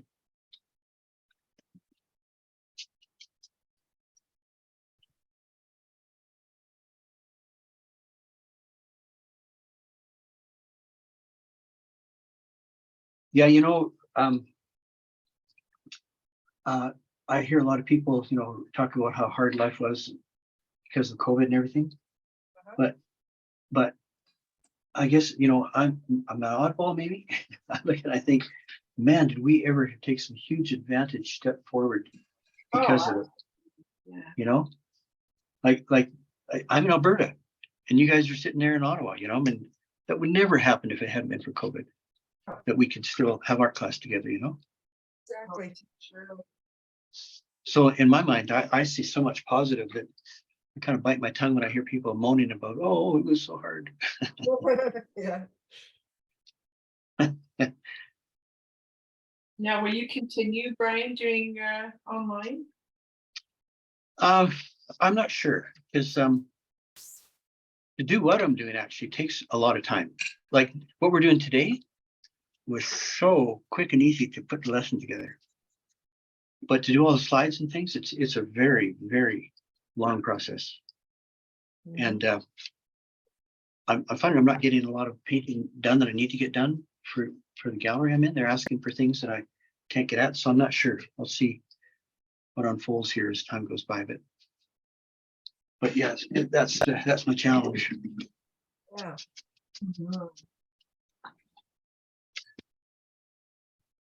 Is that the first gallery that you're with, Brian?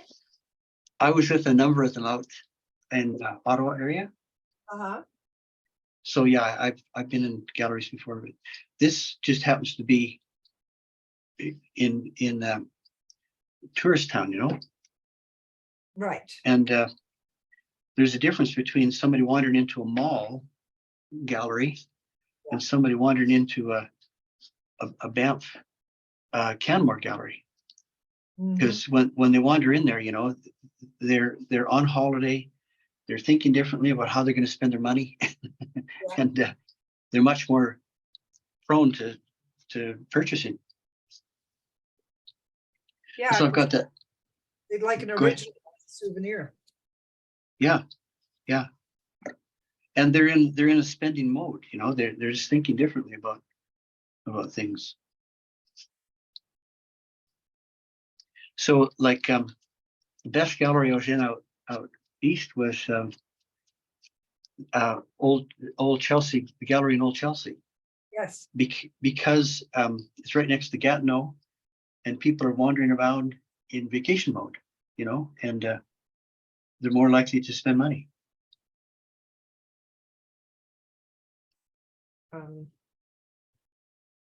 You're having a show in Old Chelsea, right? In Yeah, September. in September, yeah.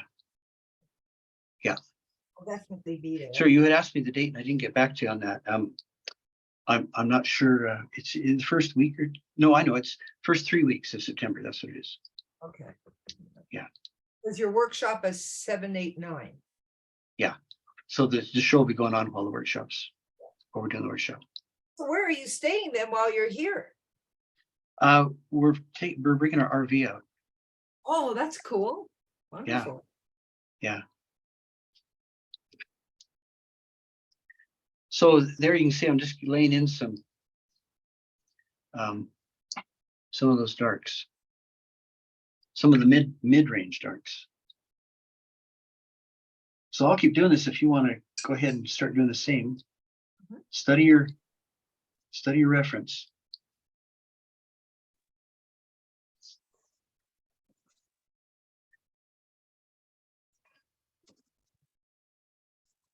Karen, if you're in the Humber Valley group, what's the geographical area that your people come from? Toronto. Okay. Yeah. But my husband's retired or retiring, and we spend a lot of our time up north now, up in Blue Mountain area. Yeah. So I'm sort of pulling back from Humber, just because, you know, I'm not about to drive down to go to a class. It's 2.5 hours. So. Yeah. So you guys have a cottage up there, do you? Yeah, we just have a little spot at the hill there.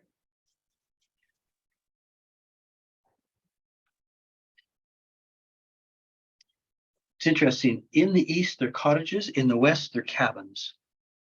Oh, They look identical, but they just go by different names.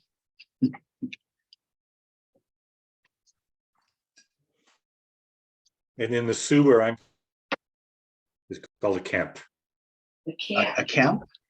Yeah, my friends up in Timmins, that's what they call it as well. And in the Yukon, they call it a camp. Really? And yet some of those cottages are, big, expensive, fancy houses. It's hard to think of it as camping.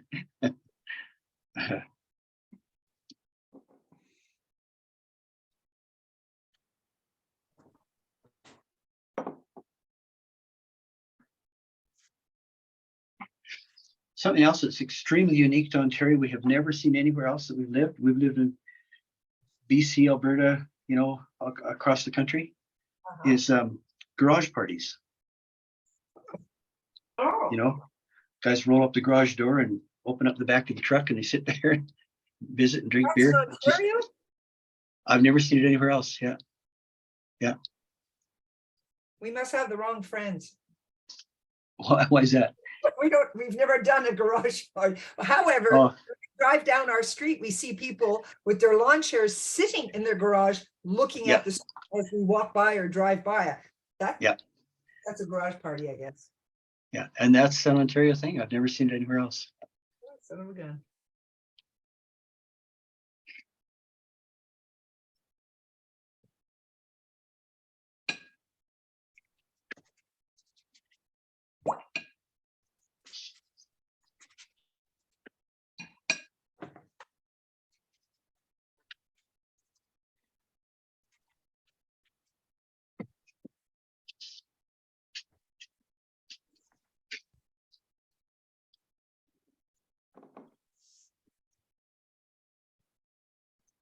But since you guys have the higher population, your way must be the right way.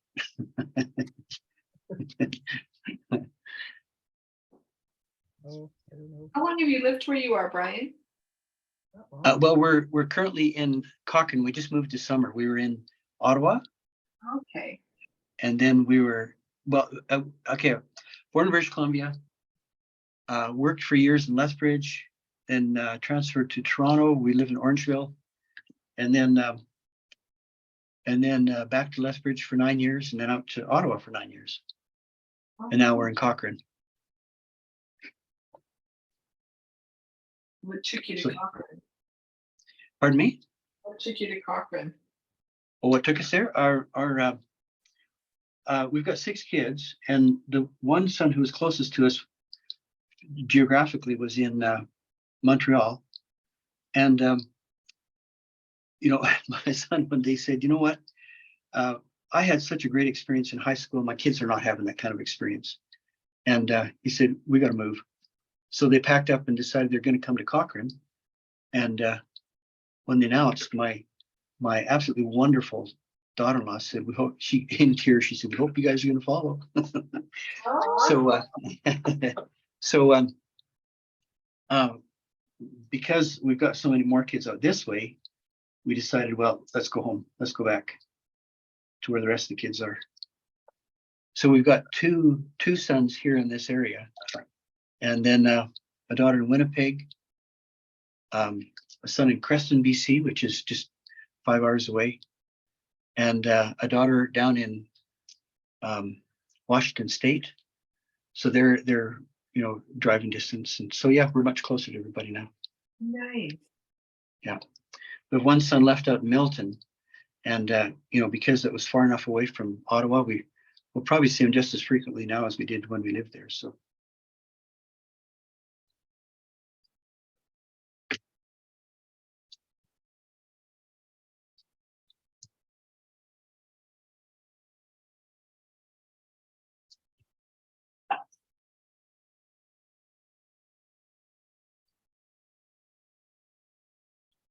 yeah, I know your eyes are down on your own painting. You haven't been watching mine, but I'm still working this. No, I've learned a lot from this class already. Thank you Good. very much for doing this. Good. And it's just nice to paint with people. Yeah.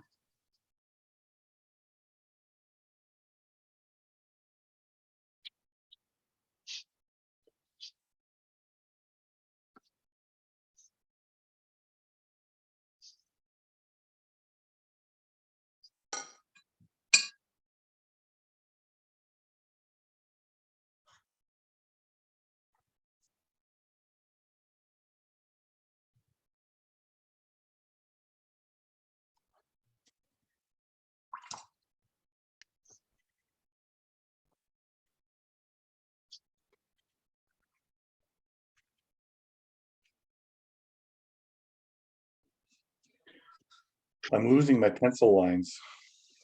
Yeah. Hard to see what I'm doing.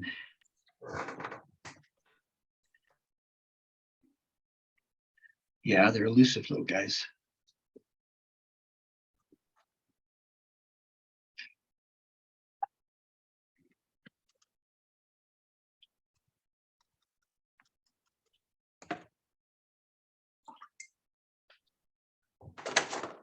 So right now your painting probably doesn't look like what you are hoping it'll look like eventually, but at this point, we're just laying in areas, shapes and areas. And once we put the eyes and the nose and that kind of thing in, it'll suddenly pop, and then we'll do the hair and you'll be so tickled. Mine doesn't quite look like a wolf yet. No, but it'll get there. It'll get there. I specialize in sheep, as you know.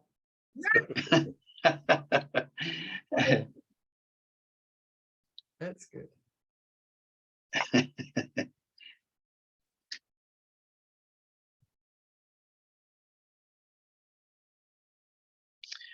So Karen, what colors are you throwing in at this point?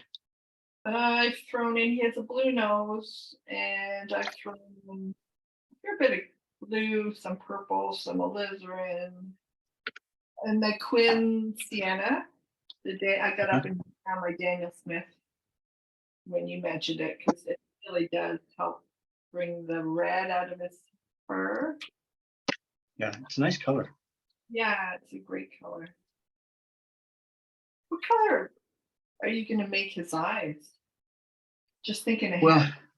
Well, as I look at it, there's they're a very pale yellow. Mhm.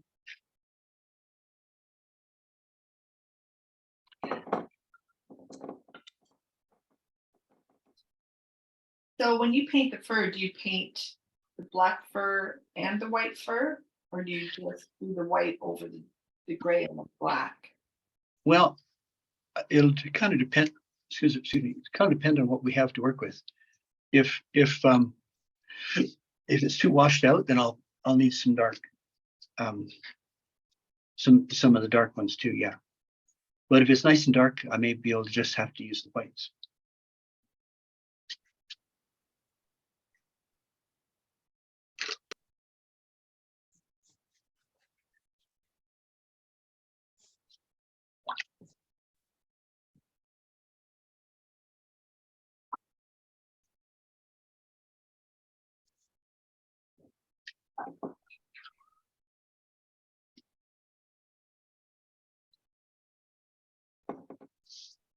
It's too bad Kai and Lynn are missing this. It is. Well, you know, I worry about the long term. They're so good and so, you know, the spark plug that makes so many things happen. That as I'm seeing them getting older, I'm thinking, oh man, I sure hope they can keep going for a long time yet. Yeah.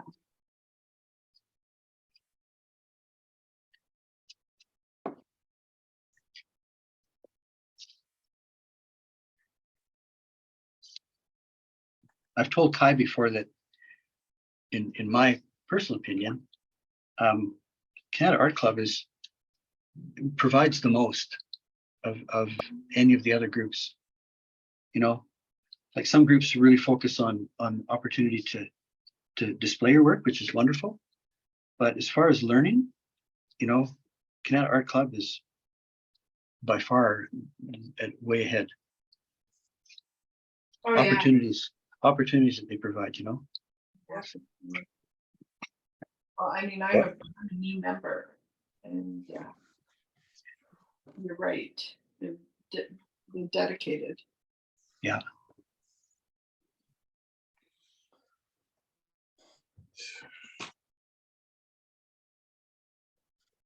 Yeah.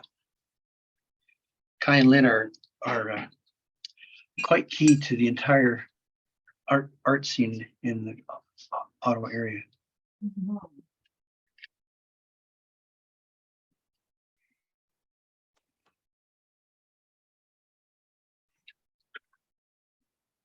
Oh, what a mess.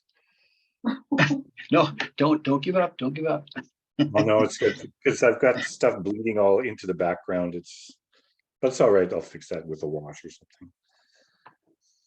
And you see, I've got stuff bleeding over into there, and I'm just taking some clear water and just softening it out. Exactly. Yeah, that's exactly what I'm doing. Yeah, good.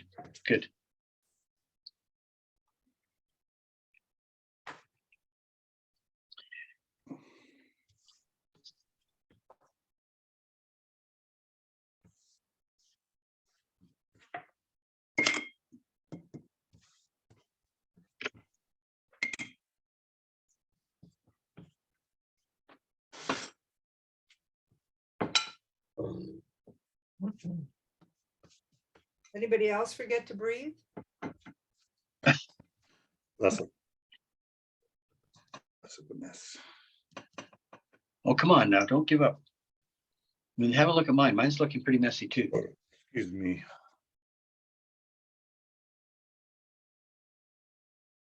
You just want Yeah, me I think I'm going to stop where I am. And see where that leads me. Can I show you where I'm at here? Yeah. Brian? Yeah, let me just flip over to yeah. Where are we? Yeah, let's have a look.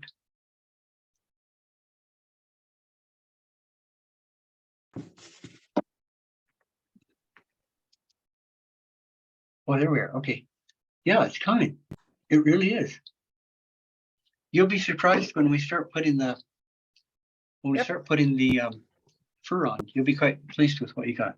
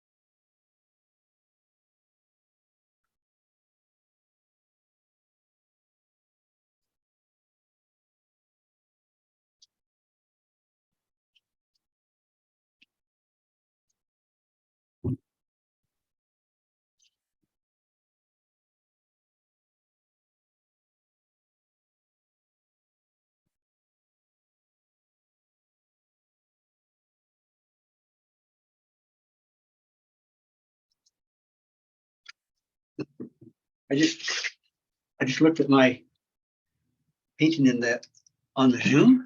I thought, oh my goodness, it's terrible. It's not what I thought I was getting.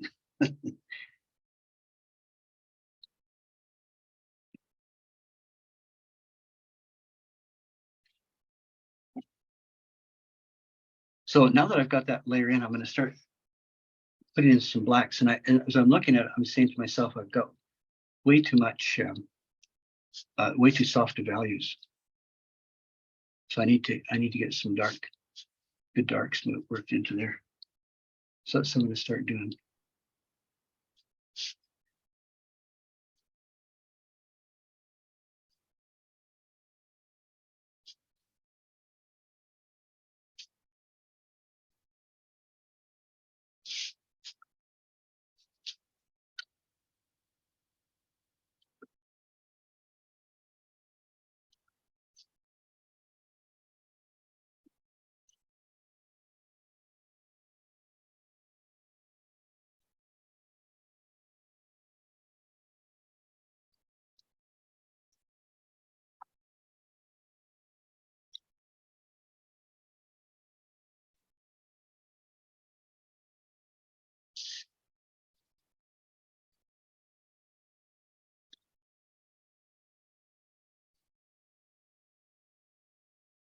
So Brian, Yes.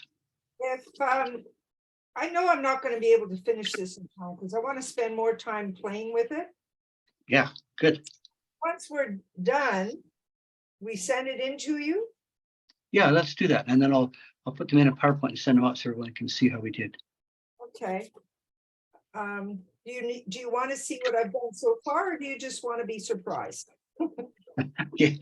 Let me just get this one little part done, and then yeah, then we go over so I can see it. Sure. I'm just taking masking liquid off the background here.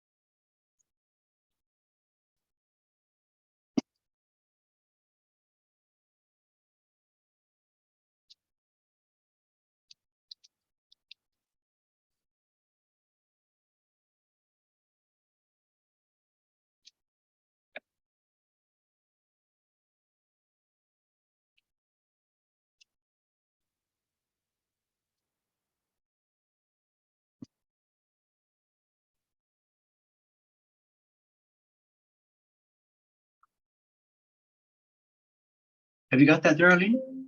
Oh, yeah.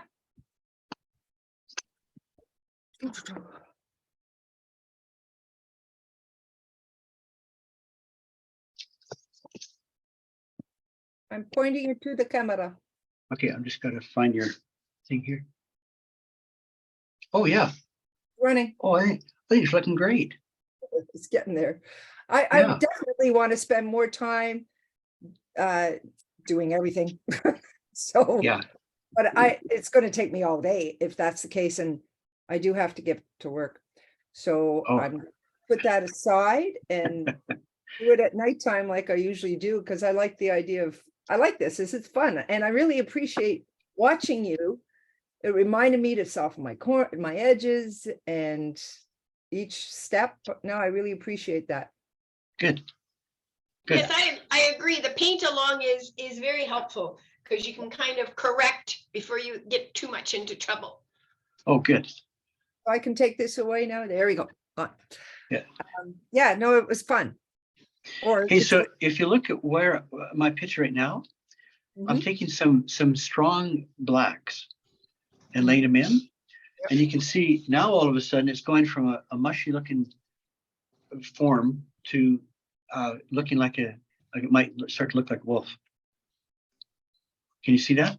Yeah, totally. Yeah. So it's those blacks that are going to make the difference. And it's the part that most of us get nervous about. You know, we don't want to, just we get scared of the darks. And yet it's what's going to make your piece come alive. So you're going to still use white to do the fur. Do you really Yes. think that it's necessary to do it? Not necessarily, but when I tried it on my other little Yeah.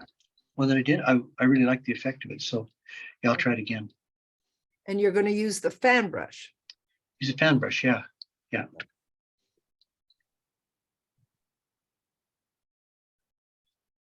I've got that one that I told you about that it's all mashed on the end. Uh-huh. So it's not a nice even fan brush. Yeah. And that way I can get a little bit more spontaneous look to it. Yeah. Like a wolf that hasn't combed his hair, So if I could go and get my sandwich, I'm going to come back and then continue if that's okay. That sounds great. Okay, good. Because there's a sandwich up there waiting for me. You know I what will- they say, if you're gonna eat in class, you gotta share. You're not going to want to watch that. I'll be back in 5.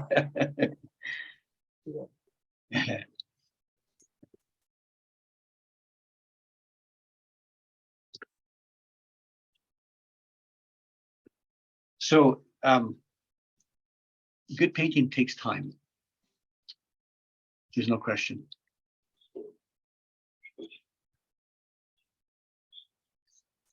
Occasionally I can do something fast and get lucky and have it turn out okay, but I find it takes time.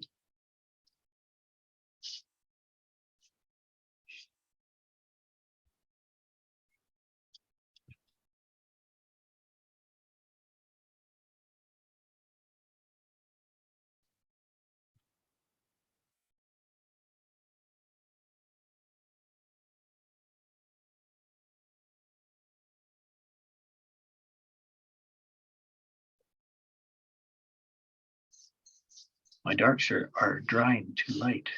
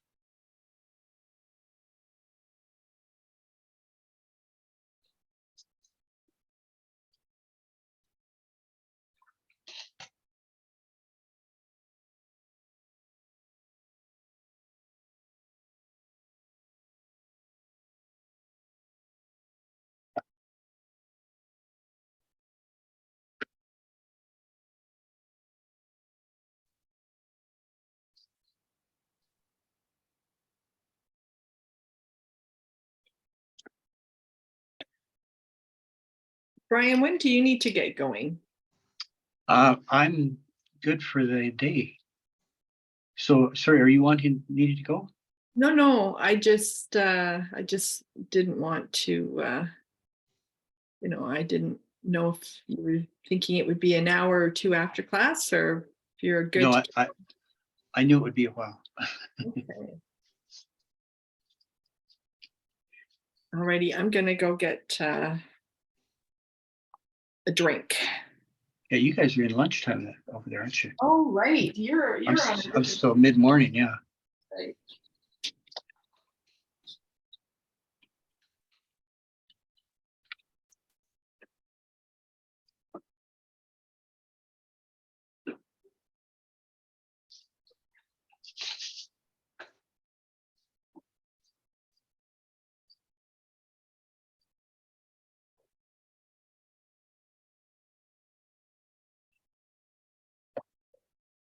Haven't heard you say anything for a bit. Manju, you doing okay?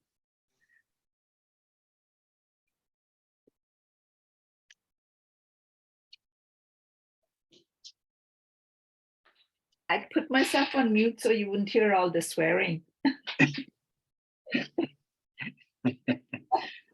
Oh, you guys are too good to swear. Um,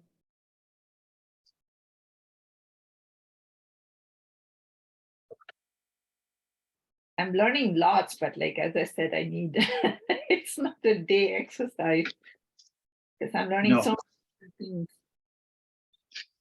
Yeah, it's a long process. Yeah. Don't come easy.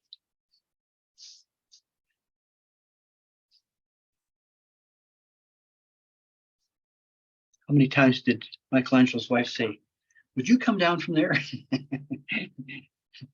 Aren't you finished yet?"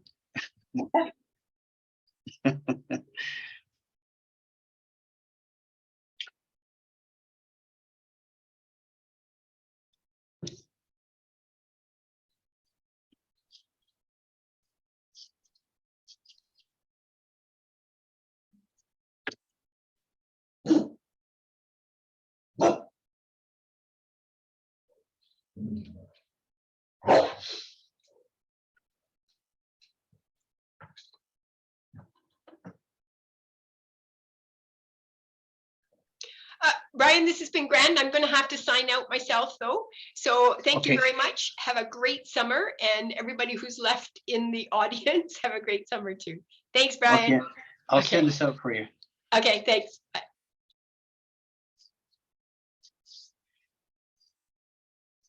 So I had said at the beginning, I was trying to keep soft edges. You can see all the way around here, that's a very, very disappearing edge.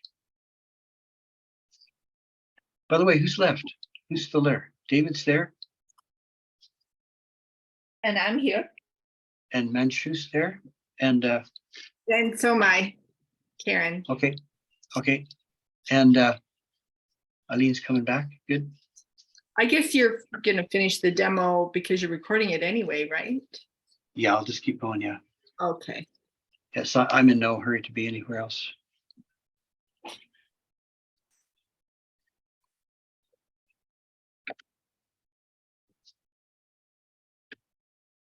No, what's waiting for me is I've got to. I painted her bedroom already, and my wife decided it wasn't quite the right color. So today's bedroom painting day. You're Your gonna husband's ever stretch ever have that this wolf. problem? What's that? You're gonna stretch this wolf out as long as you can. No. One of those things I want to get done. Did any of your husbands ever have that problem? Where the mind gets changed? He's my husband paint drips off his elbows, so he's not allowed to paint. You should try that. I'm turning off my video only because you don't want to watch me eat, but I'm going to watch you now. Okay.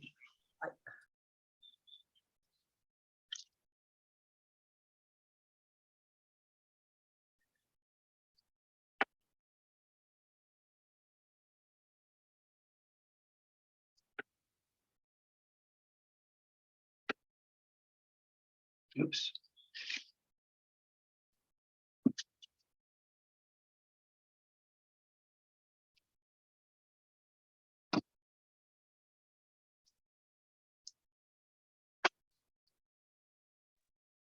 Brian, Yeah, why do you have to have your laptop right beside you like that? Is it because you want? it's my photo reference.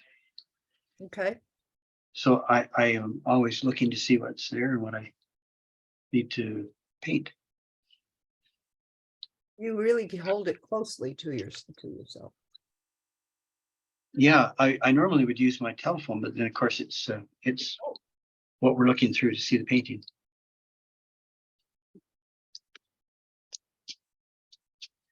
I find that looking up at a reference like on a screen and looking back to my photo, I will lose detail in that mini second between the two. Interesting. And I have to hold it right beside it to actually see those details clearly.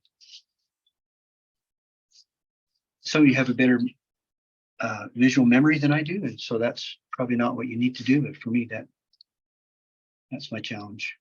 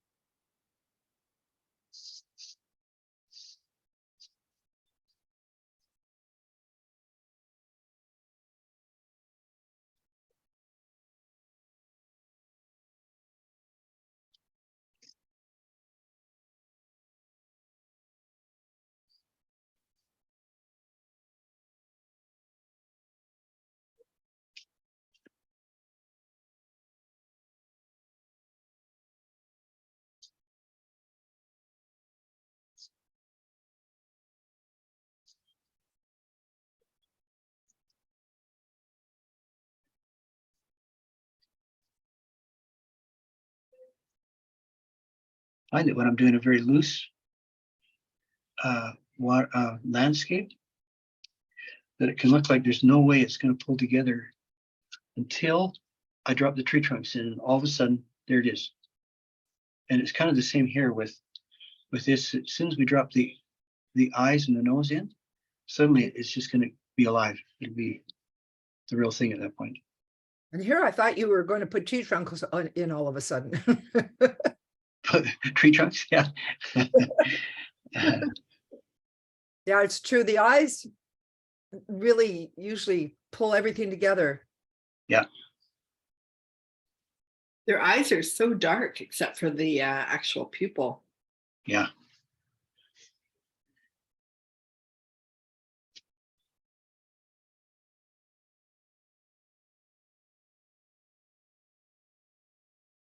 This guy Okay, looks a here. little scared, like he's being chased. Yeah. Anybody here have any good encounter with wild animal stories?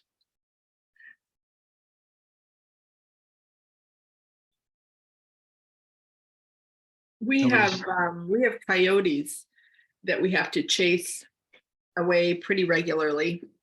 Yeah. Like you can't leave the back of your car up while you unload the groceries because they're watching for you to go in the house. Really? Mhm.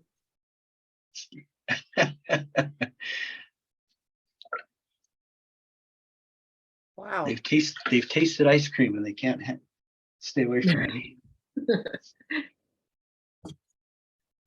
It's unfortunate in some ways because recess is often canceled because there's 3 or 4 coyotes that are in the playground. So Oh, that's too bad.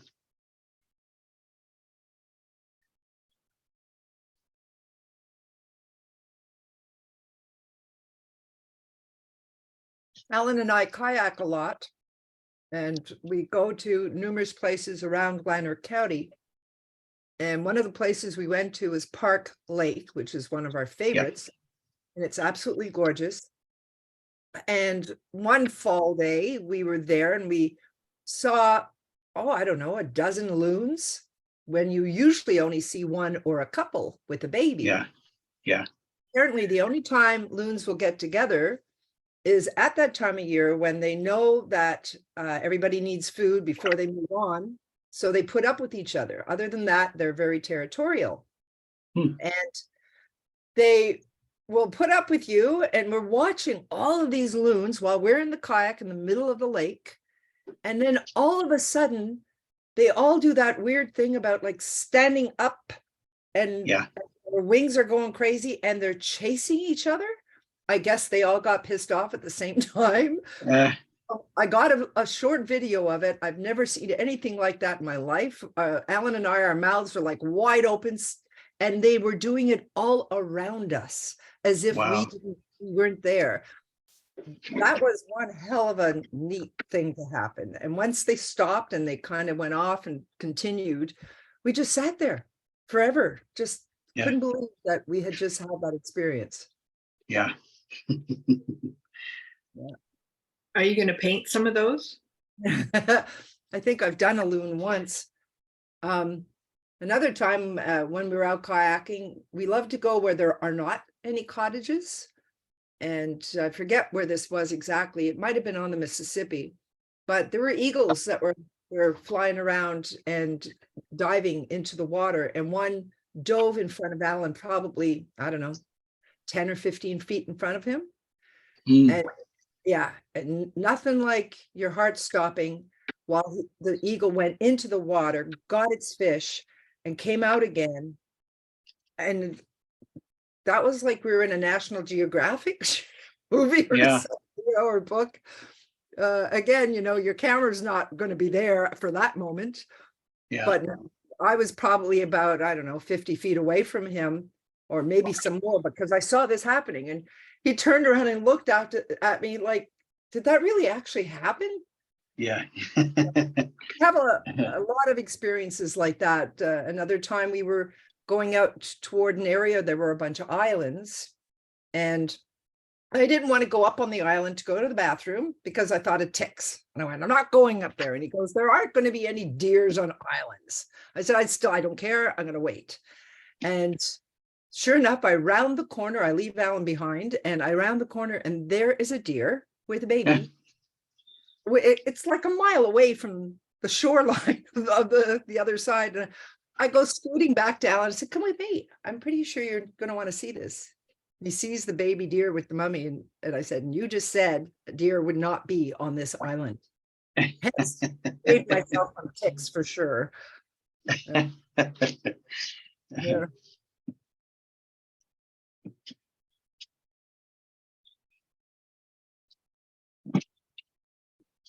Well, Alberta, everybody that goes camping knows bears are just a reality, and you can't pretend they're not there. You have to always be on the guard. And yeah, there's a lot of bear stories that people have. I think I was killed by a bear in a previous life because I really am not happy to ever see one. And we went horseback riding in the Kananaskis years ago, and one ran across the street. That's the only time I've seen a bear, and my heart stopped even there. So yeah, they're here. Yeah, you go into the visitor center in Banff, and along with other things, there's a bear spray for sale, Oh my, wow. Yeah. It's just like I say, it's well known, just expect them. When my cousins came from Germany, they're in their 30s. All of the promotional material over there showed people all over the place in Alberta and BC seeing the elk and the bear and the wolves and the this and the that. And that it was, every photo showed this. The entire time they were here, they landed in Vancouver, rented a car, did the Rockies, and then ended up in Banff. Nothing anywhere. And they were so pissed off. And they said, it's false advertising. I said, I just think you were lucky, to be perfectly honest, because a lot of those animals are hit while you're zipping through. So, but they really did want to, they did see animals, I think some elk on the side of a road, but people short, keep going. You're not supposed to stop. You can't stop there, right? Yeah. But the advertising, the promos in Europe of our Rockies and the animals, they go over the top. Quite disappointed.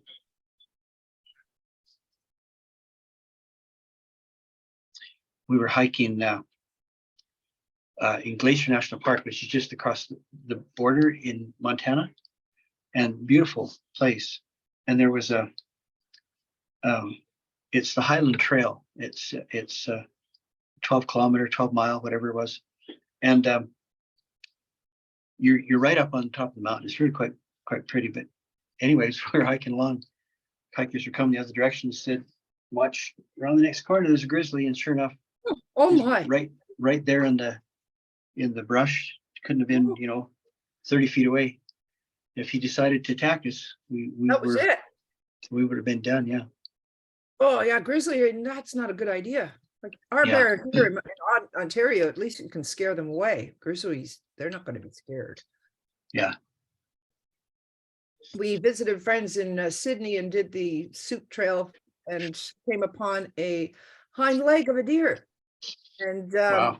a pretty recent hind leg of a deer or whatever it was. I guess it was a deer. And we saw hikers later on. Yeah, there's a cougar around here. It's like, oh shit.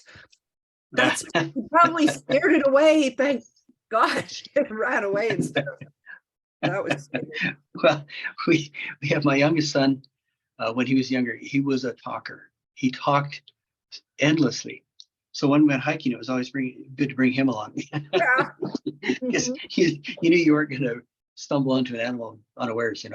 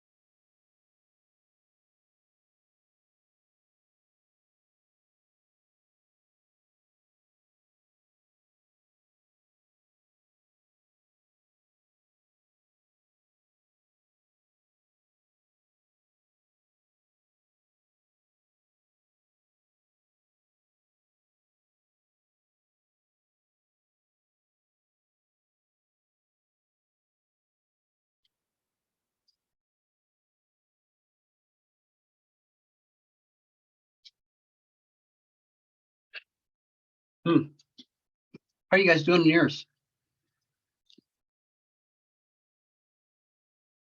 Mine's okay where it is right now. Okay. I'm stumbling along. Stumbling along. I'm so afraid of putting in the blacks. Yeah. I'm doing it in. Yeah. And that's a common feeling. It's tough to do that. But it really is what pulls your piece together. One of the reasons I like pouring watercolor is because it's the last layer. I always go black, and that's where the life comes into the piece for me.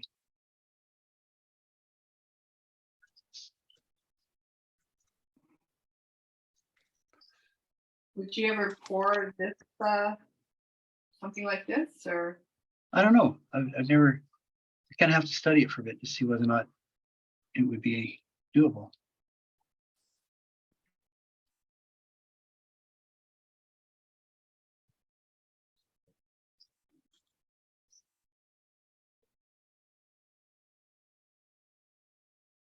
I just got started on laying a piece out last night that I'm anxious to get out. A landscape? Yeah, it's of a lake that I found just up in behind Canmore. Well, you certainly moved to a beautiful area. Yeah, Lots of inspiration for sure. well, you know, I actually find the landscapes in the east more appealing to me as a painter. You know, like a maple forest and such. I find that so beautiful. So I grew up in the mountains, and you'd think that that would be what I would want to paint, but I love a good maple forest. You know, I'm having trouble getting my darks dark enough. They keep softening up on me.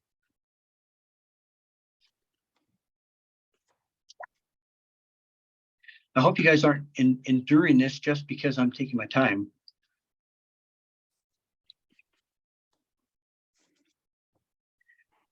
Enduring isn't the word I would use, Brian.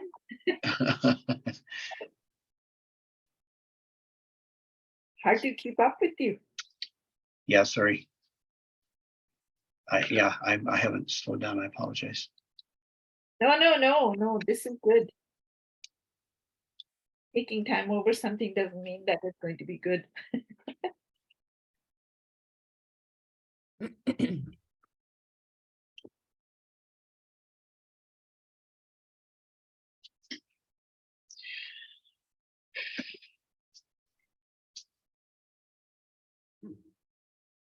This will be one of those pieces I'll step back from it thinking I'm done, and inevitably I'll see a whole bunch of things.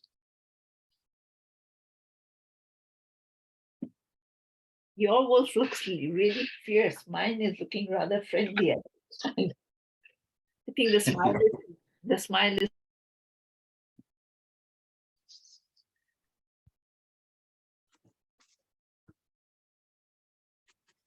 Yours looks friendlier. yeah, Thanks a little bit. I think I made him too smiley. But it's a shifty smile, right? Yeah.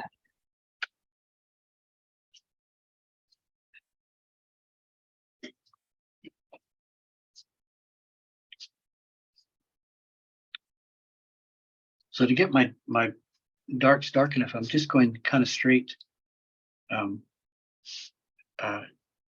What's that stuff called? Darn, what's it called? Pigment. Yeah, I'm trying to think what the name of the color is. Darn, isn't that silly? Of what again? Sorry, I missed the first part. Well, I'm my darks. I'm trying to remember what the color is I'm using. It's Oh, so the Not burnt in- sienna and the blue. sepia. That's what I'm using. Yeah. Sepia.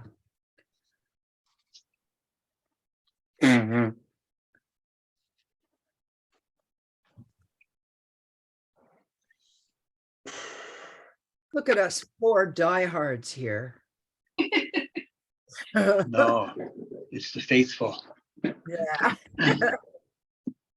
So tell me, Brian, in the in person that you're going to be Yeah. here doing, do you Yeah. have an idea of what the curriculum is on that for those 3 days? Are you going to make us paint like this, or are you going to do like a Michael Soloviev, do a painting in the morning, painting in the afternoon, or do you have any idea? Well, what do you recommend? What would you like to do? I really enjoyed being forced to do something. Boom, do it. Fast? And not that anything that I did with Michael was worthy, so to speak, but oh my goodness, it really made me think quickly. It made me think through the process. It made me remember things not to do and then to do.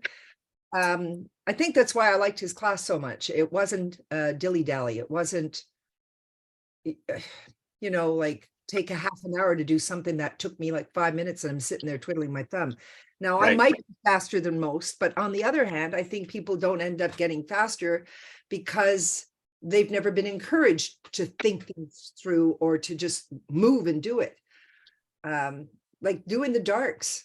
What's the worst that could happen? You ruin it, so you do another one. Yeah. It's something that you learn, right? Yeah.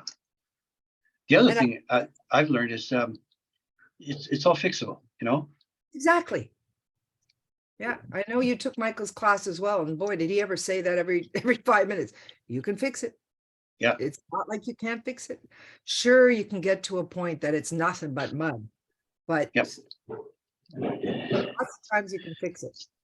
Yeah. There was when when I first started painting, I tossed away a whole bunch of pieces that were just simply beginning pieces. Now I understand that hadn't even started. Yeah, But I yeah, thought, oh, this is garbage, and out the door it goes. yeah. I've done that too, like a lot.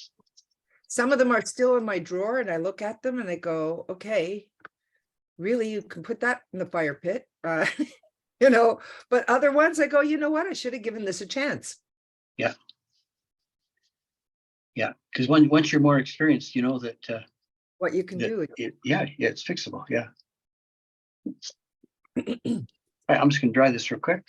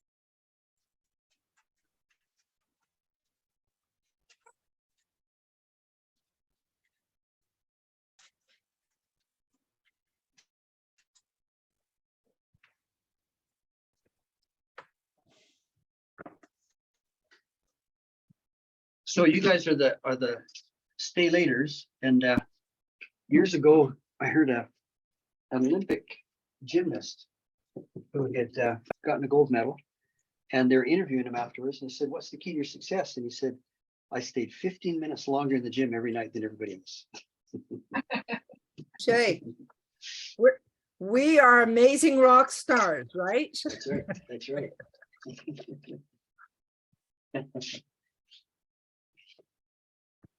So I don't know if you're looking at my piece or not, but I'll show you. I'm kind of at the point where I think I'm ready to put fur on this guy. Oh, actually, no, I've got to finish his eyes first. So I'm just going to get rid of my pencil lines, because they might not be as easy to get off once I put all of the fur lines in.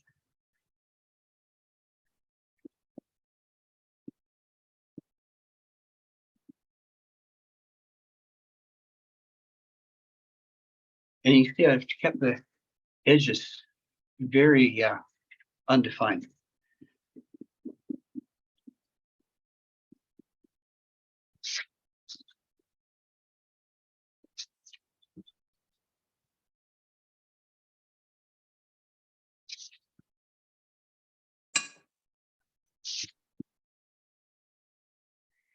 All right, actually, I'm not quite ready to do the fur. I'm just going to do his eyeball here real quick.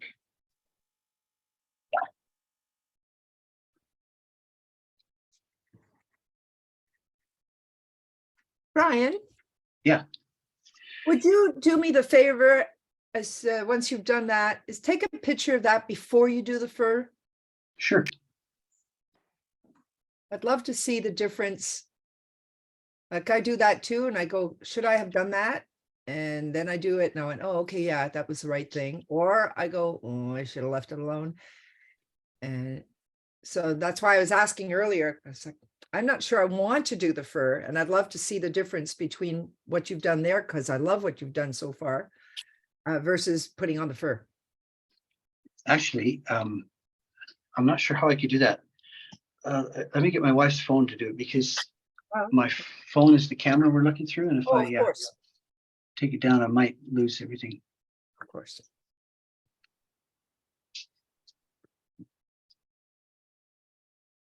I really like this. What's it called? Dr. Martin's white. Yeah, I It's got not me. quite. Yeah, it's not quite gouache, but it's still pretty good.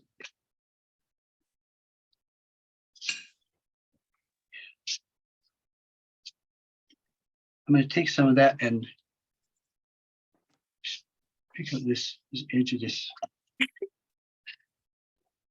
ear over here. Oop, too much.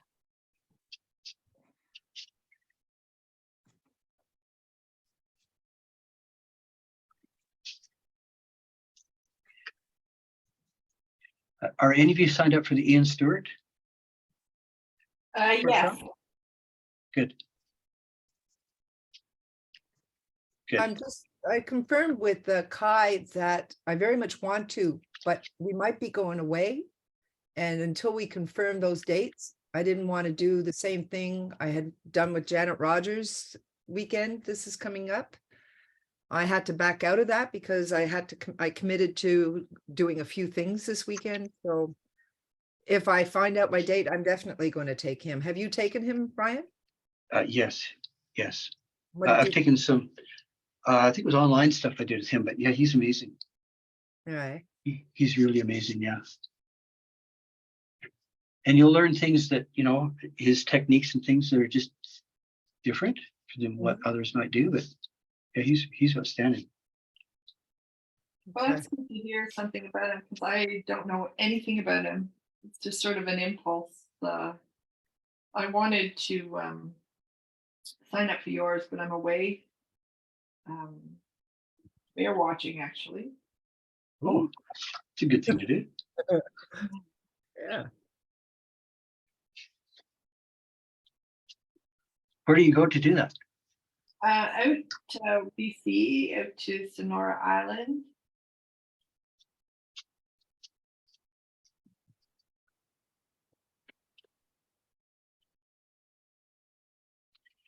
Okay, I'm gonna run and grab my wife's camera real quick. We'll get that picture for you. Thank you. See that like you're saying, Eileen, that's not bad the way it is, right? Yeah, because it's definitely a wolf and it looks very, it looks Wolfish. very well realized. Yeah.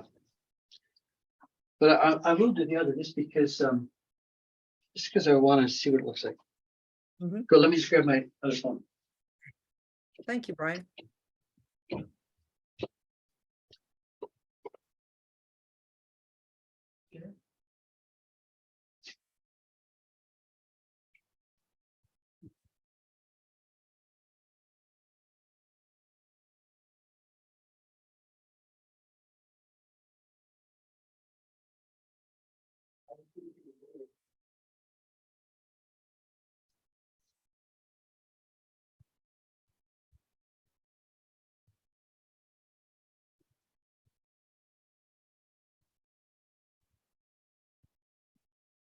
But it's hard to find something on somebody else's phone, all their apps.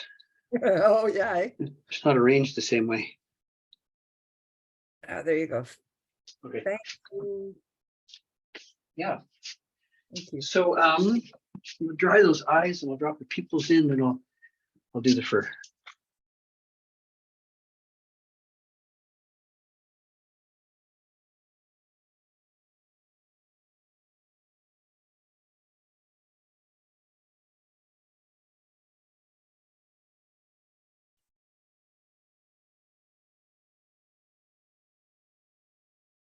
Couple of black dots.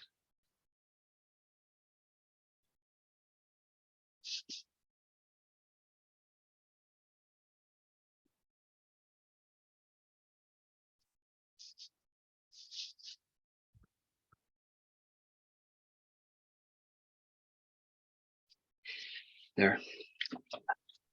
Could always make them cross-eyed. That'd be fun. Yeah. And you know, no matter how good the rest of the thing can look, nobody would be able to get past that. Nope.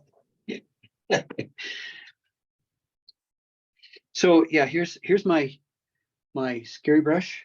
It's the Ah. one with all just, you know, it's an uneven fan brush. And just like Karen said, where she's mashed that one all to pieces, that's what I've done with this. So I'm going to dip it into some white, and let's see.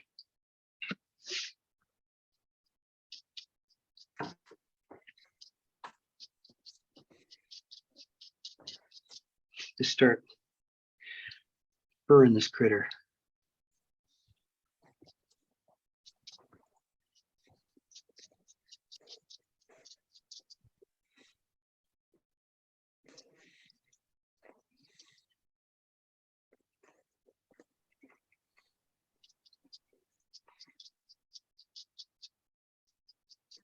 I'll just kind of very lightly touching it. Like I say, a regular fan brush will probably work fine.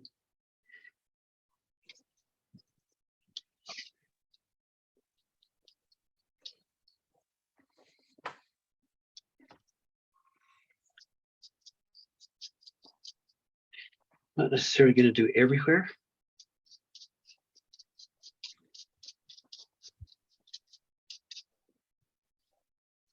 You see that adds, eh? Or are you thinking, ooh? Yeah, that fur, my goodness, that looks great.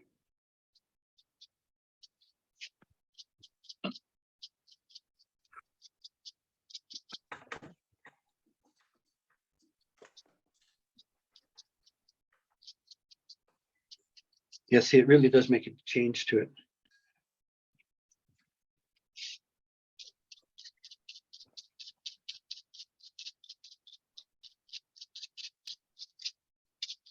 Did you use that brush in the other painting that you shared with us of the wolf?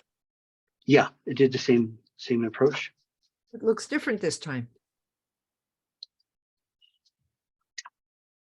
This white will dry lighter. And that may be why it looked different.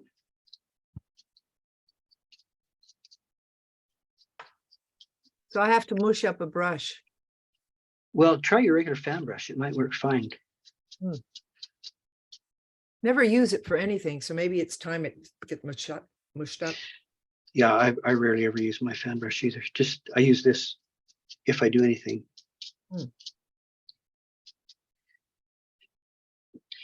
Now I'm going to go back and look at my reference because I'm just kind of dabbing at this point.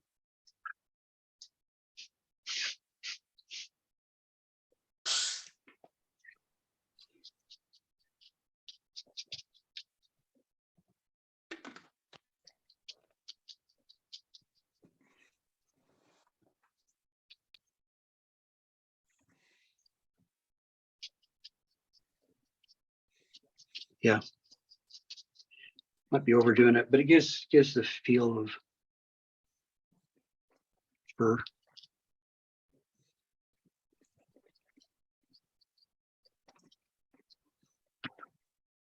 And I can come back in and there's a little bit of water on there and I can soften that up a bit. It's too strong. Anyways, there's the idea. Oh, yeah. That looks great. Yeah. Looks somewhat like a wolf.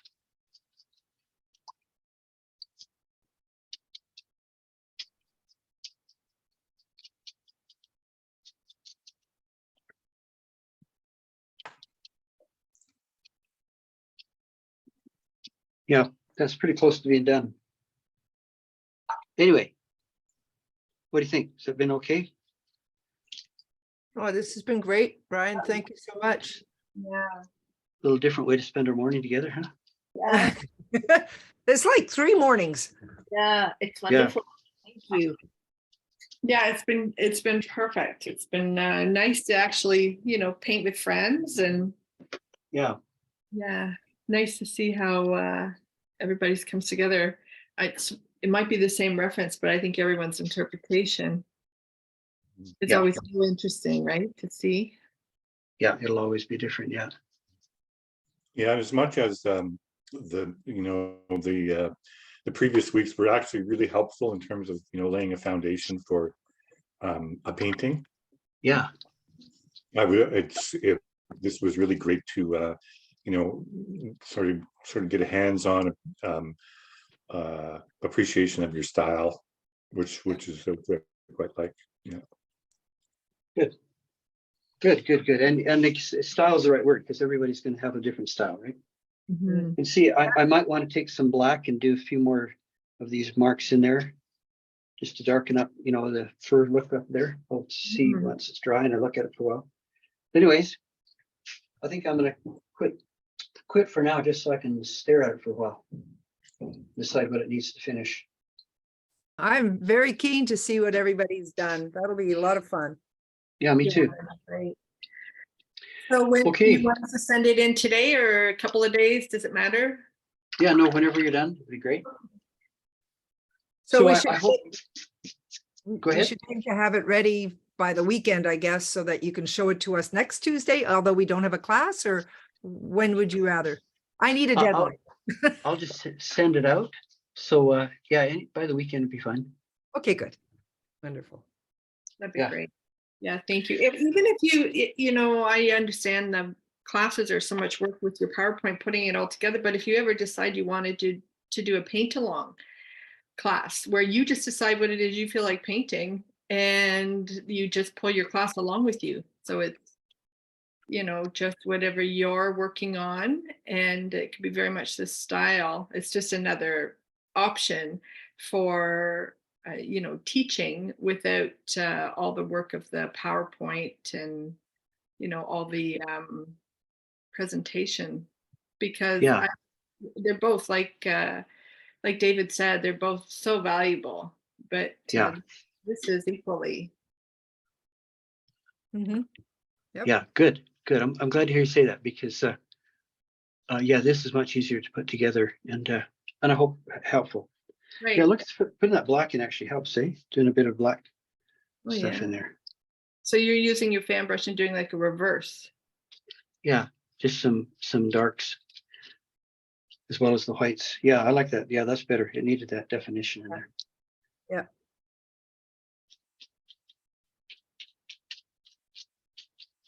Yeah, that's better. That's more of what I want. Cool. And this way too, this way, Brian, you're actually working on your own body of works as well. Yeah. Yeah. Yeah, it's a little more awkward to do it online because, you know, you don't have the benefit of the teacher seeing what you're doing. That's kind of good, though. I always Yeah. get anxious when the teacher starts coming near me. I go, Oh, I yeah. gotta go to the bathroom. Yeah, and you take your painting with you. Huh? There you go. Yeah, and they hover and you're like, you Yeah, know, what are you thinking? yeah. Right after you just made a really big mistake. And it's Yeah. always then. Yeah. Yeah. Yeah. Or they come along and you figure, okay, this is a good thing, and they come along, they look, and then you make the mistake and you go, that wasn't supposed to happen, but it's their fault, right? Yeah. Yeah. Yeah. We all have the same anxieties. That's right.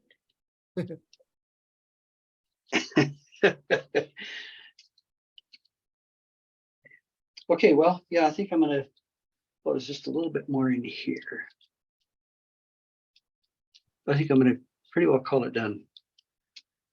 Mhm.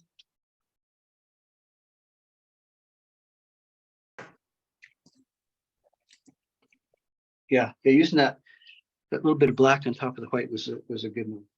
Yeah, for sure. I like his chest. His chest looks very almost graphic. It looks really cool. Yeah. Yeah, it worked, huh? What color All right. did you drop in for his eyes, Brian? I just used the white with a touch of yellow in it. Okay.